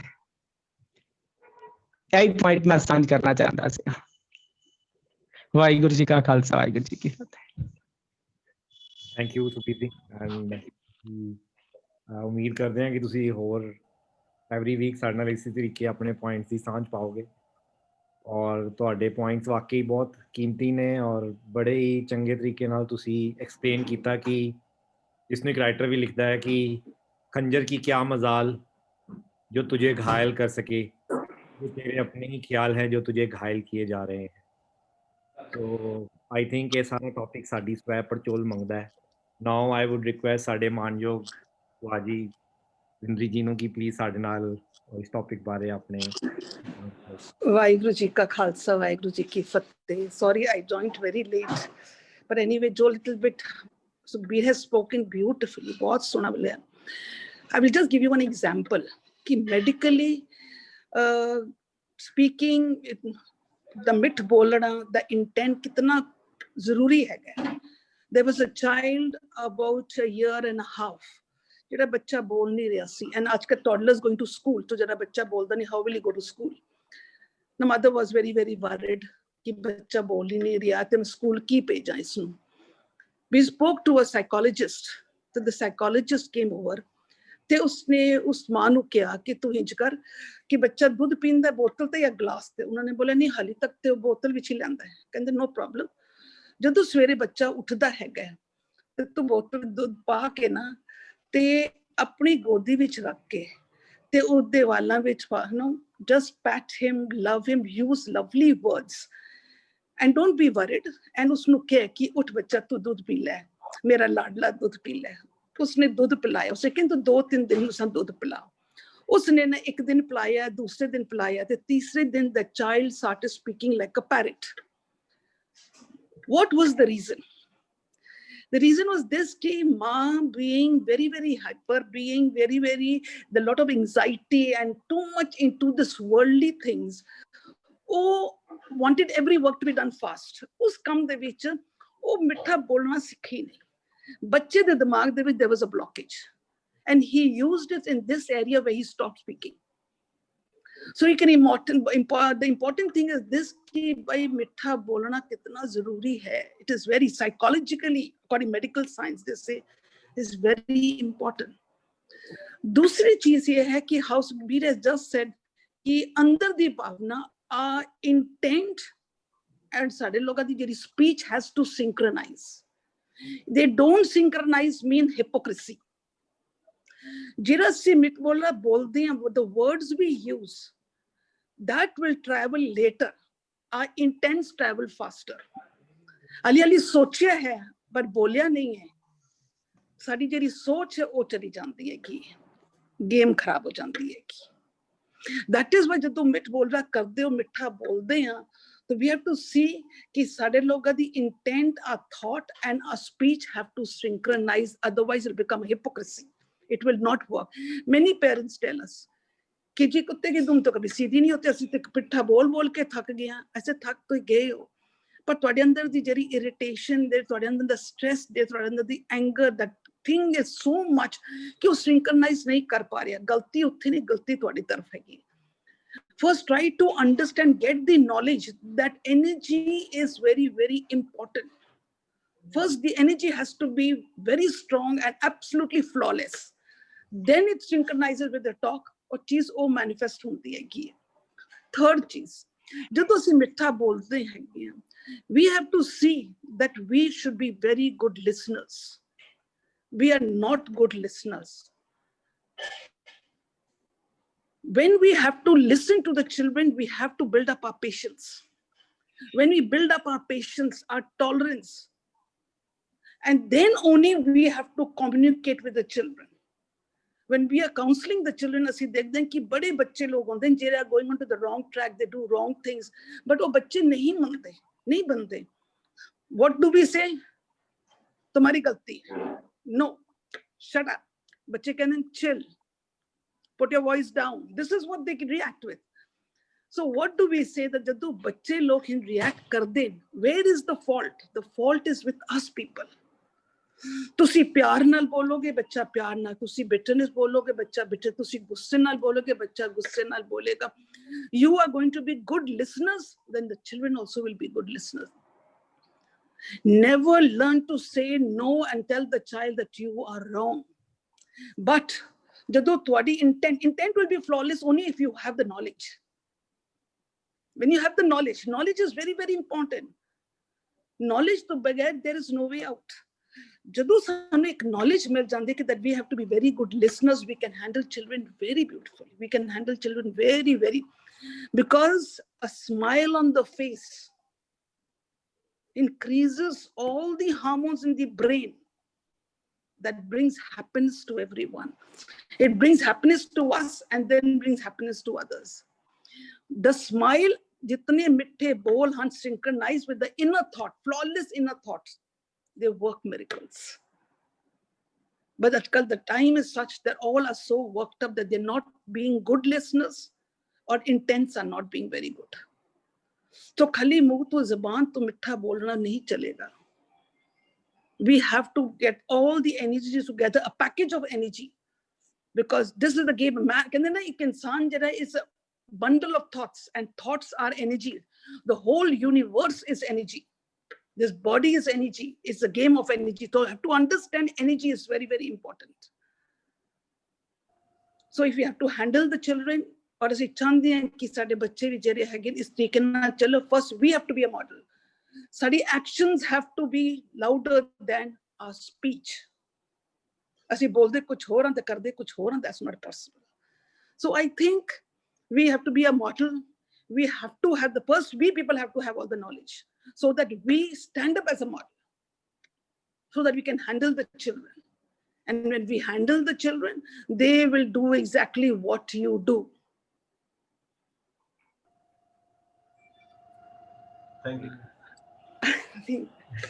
ਹਾਂਜੀ ਆਈ ਥਿੰਕ ਜਿਹੜਾ ਭੂਆ ਜੀ ਨੇ ਪੁਆਇੰਟ ਬੋਲਿਆ ਗੁੱਡ ਲਿਸਨਰ ਦਾ, ਤਾਂ ਮੈਨੂੰ ਯਾਦ ਹੈ ਕਿ ਮੈਂ ਇੱਕ ਮਜ਼ਾਇਆ ਸੀਰੀਅਲ ਦੇਖ ਰਿਹਾ ਸੀ, ਤਾਂ ਉਹਦੇ ਵਿੱਚ ਘਰ ਦੇ ਮਾਲਕ ਤੋਂ ਸਾਰੇ ਲੋਕ ਬਹੁਤ ਡਰਦੇ ਨੇ, ਤੇ ਉਹਨੇ ਨਵਾਂ ਹੀ ਪਠਾਨੀ ਸੂਟ ਪਾ ਕੇ ਘਰ ਤੋਂ ਬਾਹਰ ਨਿਕਲਦਾ ਹੈ, ਤੇ ਬਾਹਰ ਬਹੁਤ ਕਿੱਚੜ ਹੁੰਦਾ, ਉਹਨੂੰ ਪਤਾ ਅੰਦਾਜ਼ਾ ਨਹੀਂ ਹੁੰਦਾ, ਤੇ ਸਾਹਮਣੇ ਨਾ ਨੌਕਰ ਨਿਕਲਦਾ ਹੈ, ਤੇ ਨੌਕਰ ਬੋਲਣ ਲੱਗਦਾ, ਉਹਨੂੰ ਕਹਿੰਦਾ ਚੁੱਪ, ਤਾਂ ਬਿਲਕੁਲ ਉਹਦੇ ਪੈਰ ਪਾਉਂਦਾ ਤੇ ਉਹਦੇ ਪੂਰੇ ਚਿੱਕਣ ਨਾਲ ਕੱਪੜੇ ਪਾ ਦਿੰਦੇ ਨੇ, ਤਾਂ ਉਹ ਨੌਕਰ ਨੂੰ ਗਾਲਾਂ ਕੱਢਦਾ, ਕਹਿੰਦਾ ਤੈਨੂੰ ਦਿਮਾਗ ਖਰਾਬ ਹੈ, ਮੈਨੂੰ ਬੋਲਿਆ ਕਿ ਨਹੀਂ, ਕਹਿੰਦਾ ਯਹੀ ਤਾਂ ਬੋਲਨੇ ਲਗਾ ਥਾ ਕਿ ਆਗੇ ਕੀਚੜ ਹੈ। ਸੋ ਆਈ ਥਿੰਕ ਅਸੀਂ ਆਪਣੀ ਲਾਈਫ ਵਿੱਚ ਬਿਲਕੁਲ ਇੰਜ ਹੀ ਕਰਦੇ ਹਾਂ।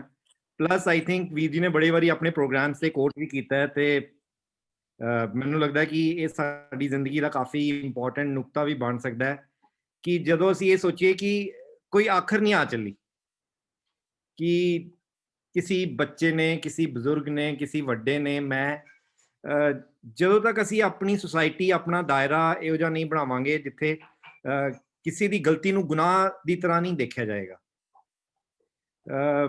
ਇਹੀ ਸੋਚਿਆ ਜਾਏਗਾ ਕਿ ਇਹਦੇ ਵਿੱਚ ਹਜੇ ਬੈਟਰਮੈਂਟ ਦਾ ਸਕੋਪ ਹੈ, ਇਹਨੂੰ ਹੋਰ ਇੰਪਰੋਵਾਈਜ਼ ਕੀਤਾ ਜਾ ਸਕਦਾ ਹੈ। ਔਰ ਇਹ ਚੀਜ਼ ਜਿਵੇਂ ਵੀਰ ਜੀ ਨੇ ਕਿਹਾ, ਭੂਆ ਜੀ ਨੇ ਕਿਹਾ, ਉਹਦੇ ਵਿੱਚ ਕੋਈ ਦੋ ਰਾਏ ਨਹੀਂ ਹੈ ਕਿ ਜਦੋਂ ਤੱਕ ਅਸੀਂ ਆਪਣੀ ਜ਼ਿੰਦਗੀ ਨੂੰ ਸਾਵਾਂ ਤੇ ਪੱਧਰਾ ਨਹੀਂ ਬਣਾਵਾਂਗੇ, ਆਈ ਥਿੰਕ ਹੋਰਾਂ ਦੀ ਜ਼ਿੰਦਗੀ ਵਿੱਚ ਚੇਂਜ ਲਿਆਉਣਾ ਤੇ ਬੜੀ ਦੂਰ ਦੀ ਗੱਲ ਹੈ, ਸਾਡੀ ਆਪਣੀ ਜ਼ਿੰਦਗੀ ਵਿੱਚ ਹੀ ਚੇਂਜ ਨਹੀਂ ਆਏਗਾ। ਉਹ ਬਿਲਕੁਲ ਉਸੇ ਤਰ੍ਹਾਂ ਹੀ ਹੈ ਜਿਵੇਂ ਮੈਂ ਇੱਕ ਰਾਈਟਰ ਨੂੰ ਪੜ੍ਹ ਰਿਹਾ ਸੀ, ਤਾਂ ਉਹ ਇਹ ਕਹਿੰਦਾ ਕਿ ਆਈ ਥਿੰਕ ਭੂਆ ਜੀ ਨੇ ਪਹਿਲੇ ਵੀ ਇੱਕ ਵਾਰੀ ਇਹ ਕੋਟ ਕੀਤਾ ਸੀ ਕਿ ਇਹ ਕਿਵੇਂ ਹੋ ਸਕਦਾ ਹੈ ਕਿ ਮੈਂ ਰੋਜ਼ ਸੇਮ ਐਕਟ ਕਰੀ ਜਾਵਾਂ ਔਰ ਸੋਚਾਂ ਕਿ ਡਿਫਰੈਂਟ ਰਿਜ਼ਲਟ ਨਿਕਲੇਗਾ।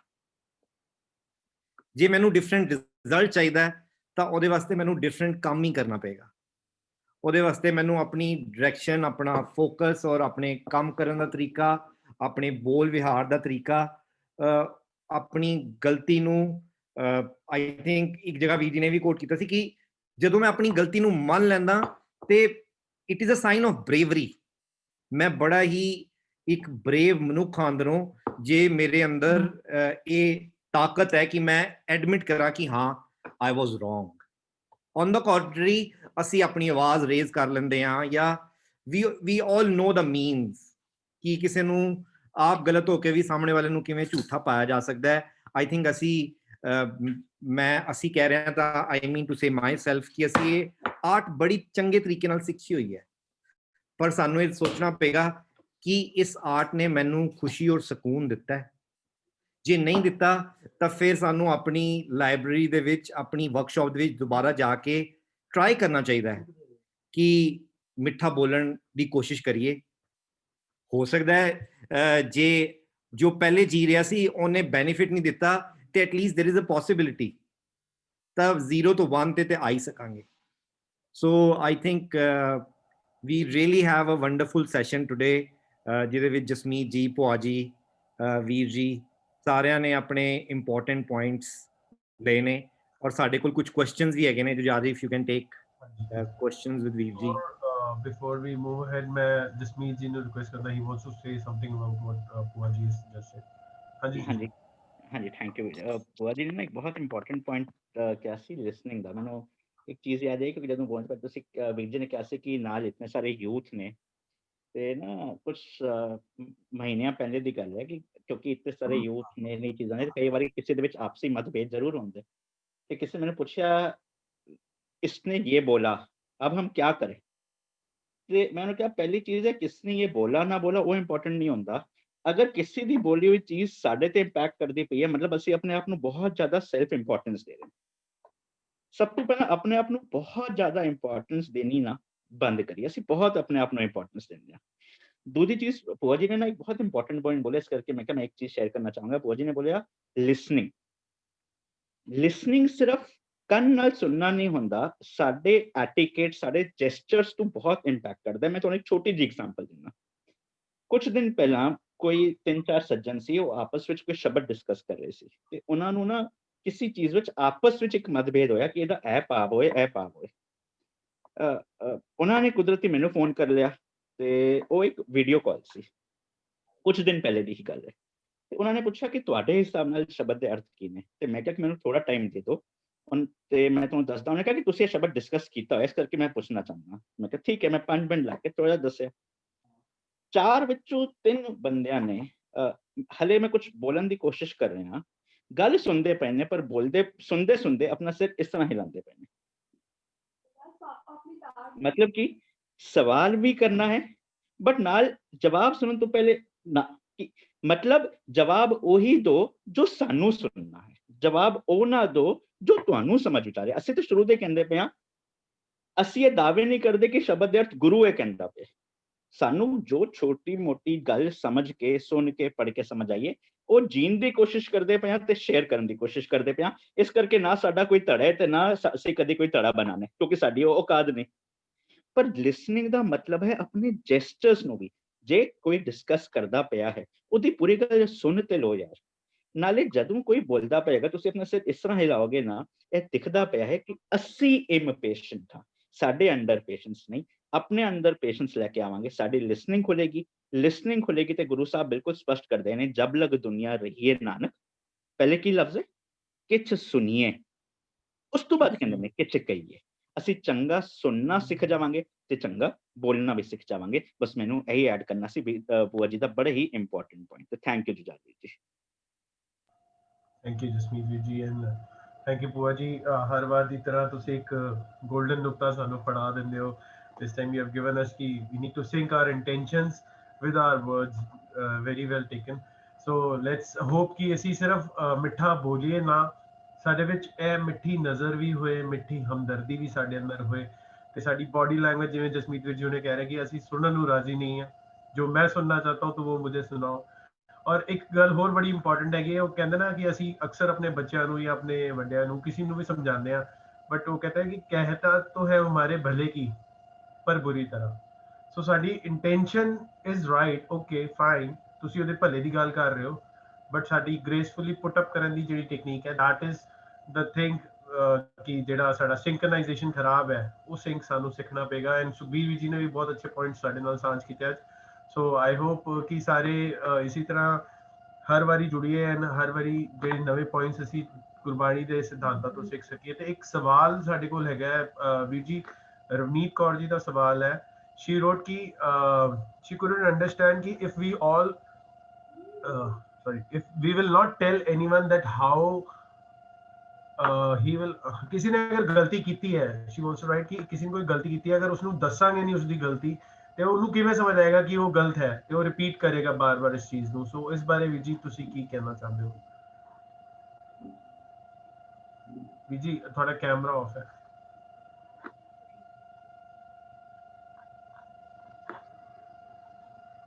ਪਿੰਦਰ ਜੀ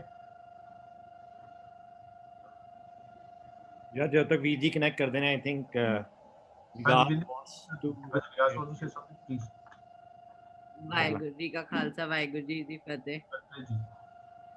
ਅਰੇ ਅਸੀਂ ਜਿਵੇਂ ਮਿੱਠਾ ਬੋਲਣੇ ਦੇ ਬਾਰੇ ਵਿੱਚ ਗੱਲ ਕਰ ਰਹੇ ਹਾਂ ਤੇ ਮੈਂ ਬਸ ਇਹ ਕਹਿਣਾ ਚਾਹੁੰਦਾ ਸੀ ਕਿ ਜਿਵੇਂ ਮੈਂ ਟੀਨ ਆ ਤੇ ਐਟ ਦਿਸ ਏਜ ਬਹੁਤ ਸਾਰੀ प्रॉब्लम्स ਹੁੰਦੀਆਂ ਨੇ बॉडी प्रॉब्लम्स बेसिकली, तो उसकी वजह से हमें गुस्सा आता है एंड टीन्स मैं खुद बहुत ज़्यादा एंगर में आ जाता हूँ एंड उस टाइम के लिए उस 1-2 सेकंड के लिए आई एम लाइक किसी का गला घोट दूँ, बट आई फील लाइक उसके बाद जब मेरे को बुरा लगता है एंड मीठा बोलना इज नॉट ओनली लाइक किसी के मुंह पे मीठा बोलना, it is your body language and from it comes from your heart. If you want to express yourself in anger, you have to do it at that time. उस time मीठा बोलना ਦਾ ਕੋਈ ਫਾਇਦਾ ਨਹੀਂ ਹੈ, ਪਰ ਅਸੀਂ ਕੋਸ਼ਿਸ਼ ਕਰ ਸਕਦੇ ਹਾਂ ਜਿੰਨਾ ਵੀ ਅਸੀਂ ਮਿੱਠਾ ਬੋਲ ਸਕਦੇ ਹਾਂ, ਲਾਈਕ ਜਿੰਨਾ ਵੀ ਅਸੀਂ ਆਪਣੇ ਐਂਗਰ ਨੂੰ ਕੰਟਰੋਲ ਕਰ ਸਕਦੇ ਹਾਂ ਉਨਾ ਕਰਨਾ ਚਾਹੀਦਾ ਹੈ। ਐਂਡ ਉਸ ਦੇ ਇਲਾਵਾ ਅਸੀਂ ਸਭ ਸਮਝਦੇ ਹਾਂ ਕਿ ਮਿੱਠਾ ਬੋਲਣਾ ਸਿਰਫ ਅਸੀਂ ਬੋਲ ਕੇ ਕਰਦੇ ਹਾਂ, ਬਟ ਮਿੱਠਾ ਬੋਲਣਾ ਦਾ ਇੱਕ ਮੇਨ ਪਾਰਟ ਇਹ ਹੈ ਕਿ ਦੂਸਰੇ ਨੂੰ ਸੁਣਨਾ। ਇੱਕ ਟਾਈਮ ਮੈਂ ਖੁਦ ਦਾ ਐਗਜ਼ਾਮਪਲ ਦੇ ਕੇ ਕਹਿਣਾ ਚਾਹੁੰਦਾ ਕਿ ਜਦ ਮੈਂ ਦੂਸਰੇ ਨੂੰ ਨਹੀਂ ਸੁਣਨਾ ਚਾਹੁੰਦਾ ਤੇ ਮੈਂ ਇੰਨੀ ਬੁਰੀ ਨਾਲ ਬੋਲਦਾ ਕਿ ਇਵਨ ਅਗਰ ਮੈਂ ਉਸਨੂੰ ਬਾਅਦ ਵਿੱਚ ਸੁਣਾ ਤੇ ਸ਼ਾਇਦ ਨਾ ਬੇਅਰ ਕਰ ਪਾਵਾਂ। I think जब तक आई थिंक वीजी कनेक्ट नहीं कर पा रहे, मैं विंਦਰ ਕੌਰ ਜੀ ਨੂੰ ਰਿਕੁਐਸਟ ਕਰਾਂਗਾ ਕਿ ਰਵਨੀਤ ਕੌਰ ਔਰ ਵਿਕਾਸ ਨੇ ਜਿਹੜਾ ਪੁਆਇੰਟ ਰੱਖਿਆ ਉਹਦੇ ਬਾਰੇ ਪਲੀਜ਼ ਬੱਚਿਆਂ ਨਾਲ ਤੁਸੀਂ ਕਿਉਂਕਿ ਬਹੁਤ ਜ਼ਿਆਦਾ ਡੀਲ ਕਰਦੇ ਹੋ, so we'd like to request you to answer this. ਦੇਖੋ ਜਦੋਂ ਬੱਚਿਆਂ ਦੀ ਪ੍ਰੋਬਲਮਸ ਆਉਂਦੀਆਂ ਨਾ, first point we make it in point 1. First point, never say to the children that you are wrong. ਬੱਚਿਆਂ ਦੀ ਗਲਤੀ ਹੈ, but never say that you are wrong. First listen to the child, he will pour his heart out. ਅਗਰ ਤੁਸੀਂ ਉਸਨੂੰ ਪਹਿਲੇ ਹੀ ਗੁੱਸਾ ਕਰਤਾ ਉਹ pour out ਨਹੀਂ ਕਰੇਗਾ। ਜਦੋਂ ਉਹ ਬੱਚਾ pour out ਕਰੇਗਾ ਉਹ ਸਾਰੀ ਗੱਲ ਦੱਸੇਗਾ ਕਿ ਇਹ ਮੈਂ ਗਲਤ ਕੰਮ ਕੀਤਾ ਵੀ ਹੈਗਾ, this what went wrong, ਮੇਰੇ ਫਰੈਂਡਸ ਨਾਲ ਹੋਇਆ, I went, I had a sip of wine or any XYZ. Listen to the child. Do not say wrong या no या कोई anger नहीं दिखाना. That's the first step. When you have listened to the child properly, you have to come to the next step. The next step we say to the child, बच्चे कोई ऐसी बात नहीं है, ये होता है आजकल की इस उम्र में ये चीजें हो रही हैं, these teenagers की बातें होती हैं because you are in an environment, you are going to school, you are going to college, you have these type of friends, environments are like that, but everyone is having it. This is the second step we tell them. So this everyone does it, so beta there's no problem, you are not wrong. Now the third step we tell him कि बच्चे everyone has their own values. Those children ਜਿਹੜੇ ਤੁਹਾਡੇ ਲੋਕਾਂ ਦੀ company ਵਿੱਚ and everyone come with a different background, ਹਰ ਬੰਦੇ ਦੇ ਆਪਣੇ ਆਪਣੇ values ਹੁੰਦੇ ਨੇ, they all have their own values. ਬੱਚੇ ਤੇਰੇ ਵੀ ਆਪਣੇ ਘਰ ਦੇ ਆਪਣੇ values ਹੈਗੇ, so maybe you've taken this no problem, values ਦੀ ਗੱਲ ਕੀਤੀ। next step is ਅਸੀਂ ਉਸਨੂੰ ਕਹਿੰਦੇ ਹਾਂ ਕਿ ਬੱਚੇ I can trust you, ਮੈਨੂੰ ਪਤਾ ਹੈ ਬੱਚੇ ਸਾਰੇ ਟਰਾਈ ਕਰਦੇ ਨੇ, ਬੱਚੇ ਸਭ ਗਲਤੀਆਂ ਕਰਦੇ ਹੈਗੇ, ਇਨਵਾਇਰਨਮੈਂਟ ਕਰਕੇ, ਫਰੈਂਡ ਸਰਕਲ ਕਰਕੇ, ਹਰ ਬੰਦੇ ਦੇ ਆਪਣੇ ਬੈਕਗ੍ਰਾਉਂਡਸ ਕਰਕੇ ਇਹ ਚੀਜ਼ਾਂ ਹੋ ਜਾਂਦੀਆਂ, ਪਰ ਬੱਚੇ I trust you, I know you have your values and I have full faith on you, I can trust you and have full faith, I know your own, you know your own values, I know you will not do it again, I can trust you, and if you need any help ਬੱਚੇ I'm always there। करके देखो 4-5 steps, the child starts feeling that I've got a very big responsibility, I did wrong but they never told me and they give me a very different type of a reason, और reason दस के ये भी समझा देता कि बच्चे गलत भी है और गलत भी है but तू नहीं करेगा को तेरे अपने values हैगे, and this is among the society चलती है। ਨਾਲ ਉਹਨਾਂ ਨੇ ਇਹ ਵੀ ਕਹਿ ਦਿੱਤਾ ਕਿ end ਵਿੱਚ ਇਹ ਵੀ ਹੋ ਗਿਆ ਕਿ ਹੈ ਗਲਤ ਹੈ ਪਰ ਤੇਰੇ values हैगे, ਹੁਣ ਤੋਂ ਉਹ ਆਪਣੀ ਰਿਸਪੌਂਸਿਬਿਲਿਟੀ ਵੀ ਦੇ ਦੇ, ਉਸ ਬੱਚੇ ਨੂੰ ਅਸੀਂ ਵੱਡੀ ਰਿਸਪੌਂਸਿਬਿਲਿਟੀ ਦੇ ਦਿੰਦੇ ਆ। ਉਹ ਬੱਚਾ ਸੋਚਣ ਲੱਗ ਪੈਂਦਾ ਕਿ ਹੁਣ ਮੇਰੇ ਮੋਢੇ ਤੇ ਬਹੁਤ ਵੱਡੀ ਰਿਸਪੌਂਸਿਬਿਲਿਟੀ ਹੈ, because my parents have trusted me and they've told me whenever I'm in a mess, I'm always there to help you. Do this 5 steps and see. We have got marvelous results with this. ਕਿਉਂਕਿ ਤਕਰੀਬਨ ਜਦੋਂ ਬੱਚੇ ਆਉਂਦੇ ਹਨ, ਮੈਨੂੰ ਬੱਚੇ ਕੁਝ ਗਲਤ ਕਰਦੇ ਨਾ ਤਾਂ ਅਸੀਂ ਲੋਕ ਖਾਣ ਨੂੰ ਪੈ ਜਾਂਦੇ ਹਾਂ। ਅਸੀਂ ਡੰਡਾ ਖੁਸਰਾ ਲੈ ਕੇ we start become abusive, we call the father and we don't handle the situation. It is very, very important to handle that situation. ਅਗਰ ਖਾਲੀ ਇੱਕ ਇਹੀ ਫਾਰਮੂਲਾ ਸਿੱਖ ਲੋਗੇ ਤੇ I think in any type, अगर बच्चे ने कोई अब्यूजिव बारू होके आया है, अगर बच्चा कोई बारू पी के आया है, he has just gone to a pub or even he has just smoked and come for the first time, any XYZ, these 5 steps अगर सी लेके चलते हैं ना, बच्चा is very comfortable, he feels now I become big, I have a responsibility, my parents are, and they have so much of trust in me. This is the way of how we handle the children and we shower our love to them. Stop telling them that you are wrong. Stop becoming abusive. Don't call the father and usually what we do. No, these are the 1, 2, 3, 4, 5. At the end, the child becomes responsible. It works beautifully. It works beautifully. Hanji. Thank you जी। जो दूजा सवाल रवदीन जी ने कीता सीगा कि दूजे दी mistake अगर तुसी दसोगे नहीं तो उन्हें किवें पता लगेगा नहीं, और she will start committing that again and again, तो उस केस विच की करना चाहिए है? देखो what happens कि अगर the mistake is of the children, it is going to be the same way. बच्चे ने कोई गलत की है कि any mistake they have made, and when they come to you, listen to them first, listen to them. ਜਦੋਂ ਕੋਈ ਬੰਦਾ ਕੋਈ ਵੀ ਹੋਵੇ, ਵੱਡੇ ਹੋਣ ਛੋਟੇ, ਜਦੋਂ ਮਿਸਟੇਕ ਬਣਾਉਂਦੇ ਨਾ, you must remember one thing, that they are coming from different places, different atmosphere, ਜਿਹੜਾ ਉਹ ਇੱਕ ਆਪਣੀ એનર્ਜੀ ਲੈ ਕੇ ਆਉਂਦੇ, they bring that energy along with them. ਤੇ ਅਸੀਂ ਕਹਿੰਦੇ ਹਾਂ ਕਿ ਹੋ ਸਕਦਾ ਹੈ they are coming from a workplace. ਅੱਜ for example, someone coming from the workplace, a daughter-in-law comes from a workplace and she is very worked up and she comes home and she blasts out. So we people say this is very wrong. Cool down. Listen, understand. She's coming from a place where she's very worked up, where her energy is very low. She has the right to blast out. She has the right to blast out. We have to handle the situation very well. We have to handle. When the person is wrong, never say to the person that you are wrong. Never say you are wrong.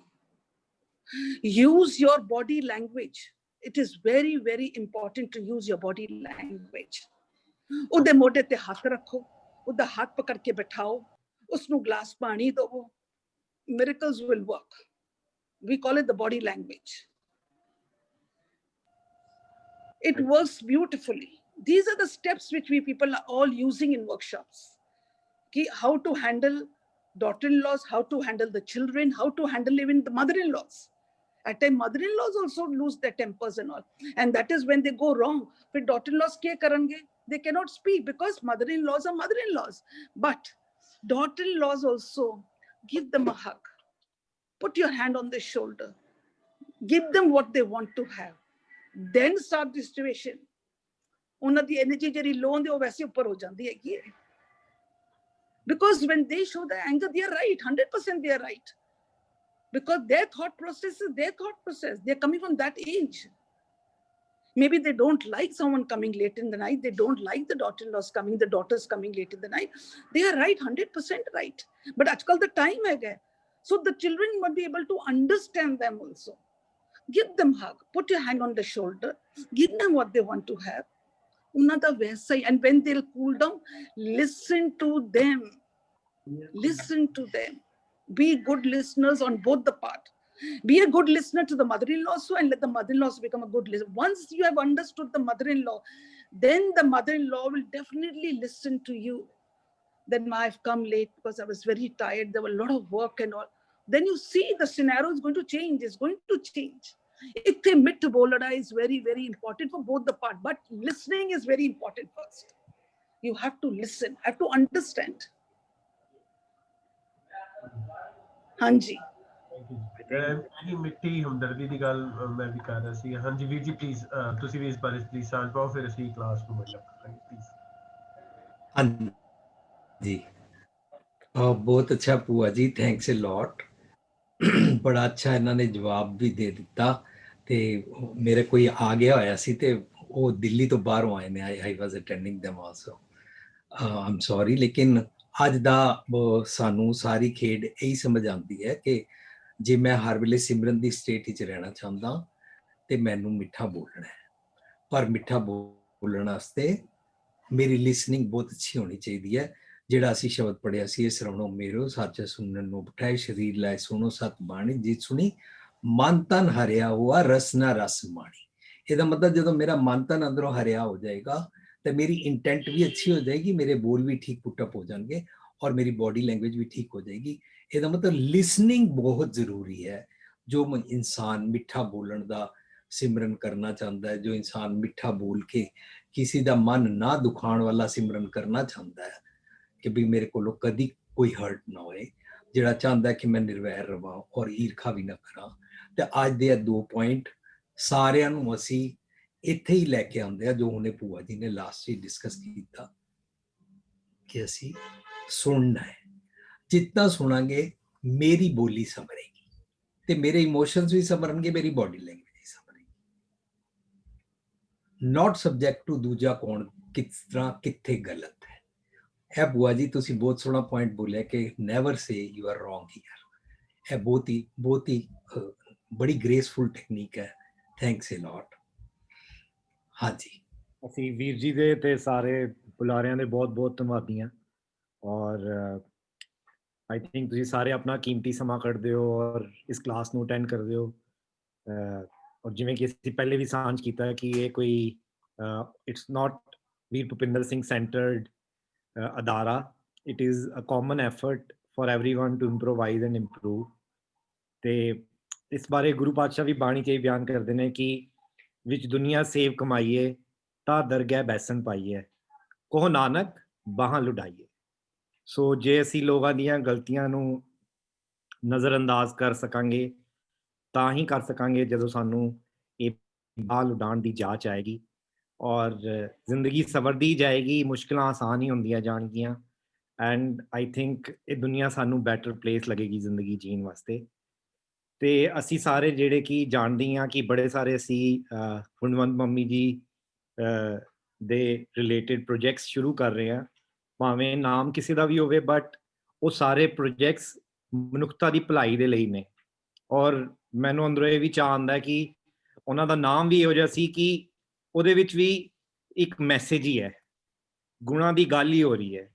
ਸੋ ਉਹਨਾਂ ਸਾਰੇ projects ਵਾਸਤੇ ਵੀ ਅਸੀਂ ਸਾਰਿਆਂ ਨਾਲ time to time points discuss ਕਰਦੇ ਰਵਾਂਗੇ। And very soon, I think in a couple of weeks, we will be going on television as well on PTC Simran। ਤੇ ਬਾਕੀ ਦੇ ਵੀ ਸਾਰੇ ਪ੍ਰੋਜੈਕਟਸ ਦੀ ਸਾਂਝ ਅਸੀਂ ਤੁਹਾਡੇ ਨਾਲ ਕਰਾਂਗੇ।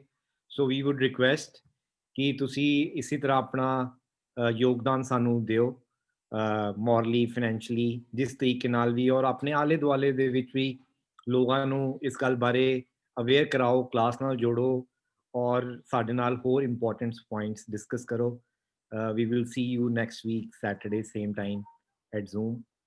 ਵਾਹਿਗੁਰੂ ਜੀ ਕਾ ਖਾਲਸਾ, ਵਾਹਿਗੁਰੂ ਜੀ ਕੀ ਫਤਿਹ। ਹਾਂਜੀ, ਬਿਫੋਰ ਵੀ ਵੀ ਮੈਂ ਸਭ ਨੂੰ ਰਿਕੁਐਸਟ ਕਰਾਂਗਾ ਕਿ ਜਿਹੜਾ ਸਾਡਾ ਸਵੇਰੇ 9 ਵਜੇ ਪ੍ਰੋਗਰਾਮ ਆਉਂਦਾ YouTube ਤੇ ਚੈਨਲ ਤੇ, ਔਰ ਜਿਹੜਾ ਸਾਡੇ ਸ਼ਾਮੀ 5 ਵਜੇ ਆਉਂਦਾ, ਉਹਨੂੰ ਜ਼ਰੂਰ ਵੇਖੀਏ। ਤੇ ਇੱਕ ਸਾਡੇ ਜਸਮੀਤ ਵੀਰ ਜੀ ਦੀ ਕੱਲ ਕਲਾਸ ਹੈਗੀ, ਮੈਂ ਉਹਦੀ ਵੀ ਲਿੰਕ ਤੁਹਾਡੇ ਨਾਲ ਸਾਂਝ ਪਾ ਰਿਹਾ। ਸਵੇਰੇ 11:15 ਵਜੇ ਜ਼ੂਮ ਤੇ ਸੈਸ਼ਨ ਹੁੰਦਾ, ਜਿਹੜਾ ਜਸਮੀਤ ਵੀਰ ਜੀ ਨੇ ਇਹਨਾਂ ਦੀ ਪੂਰੀ ਟੀਮ ਬੰਬੇ ਤੋਂ ਲੈਂਦੀ ਹੈ। ਸਾਰੇ ਇਹਨਾਂ ਨੂੰ ਪਲੀਜ਼ ਅਟੈਂਡ ਕਰੋ, ਬਿਕਾਜ਼ ਇਹ ਵੀ ਗੁਰਮਤਿ ਦੇ ਬੜੇ ਉੱਚੇ ਸਿਧਾਂਤ ਸਾਡੇ ਨਾਲ ਸ਼ੇਅਰ ਕਰਦੇ ਨੇ। ਵਾਹਿਗੁਰੂ ਜੀ ਕਾ ਖਾਲਸਾ, ਵਾਹਿਗੁਰੂ ਜੀ।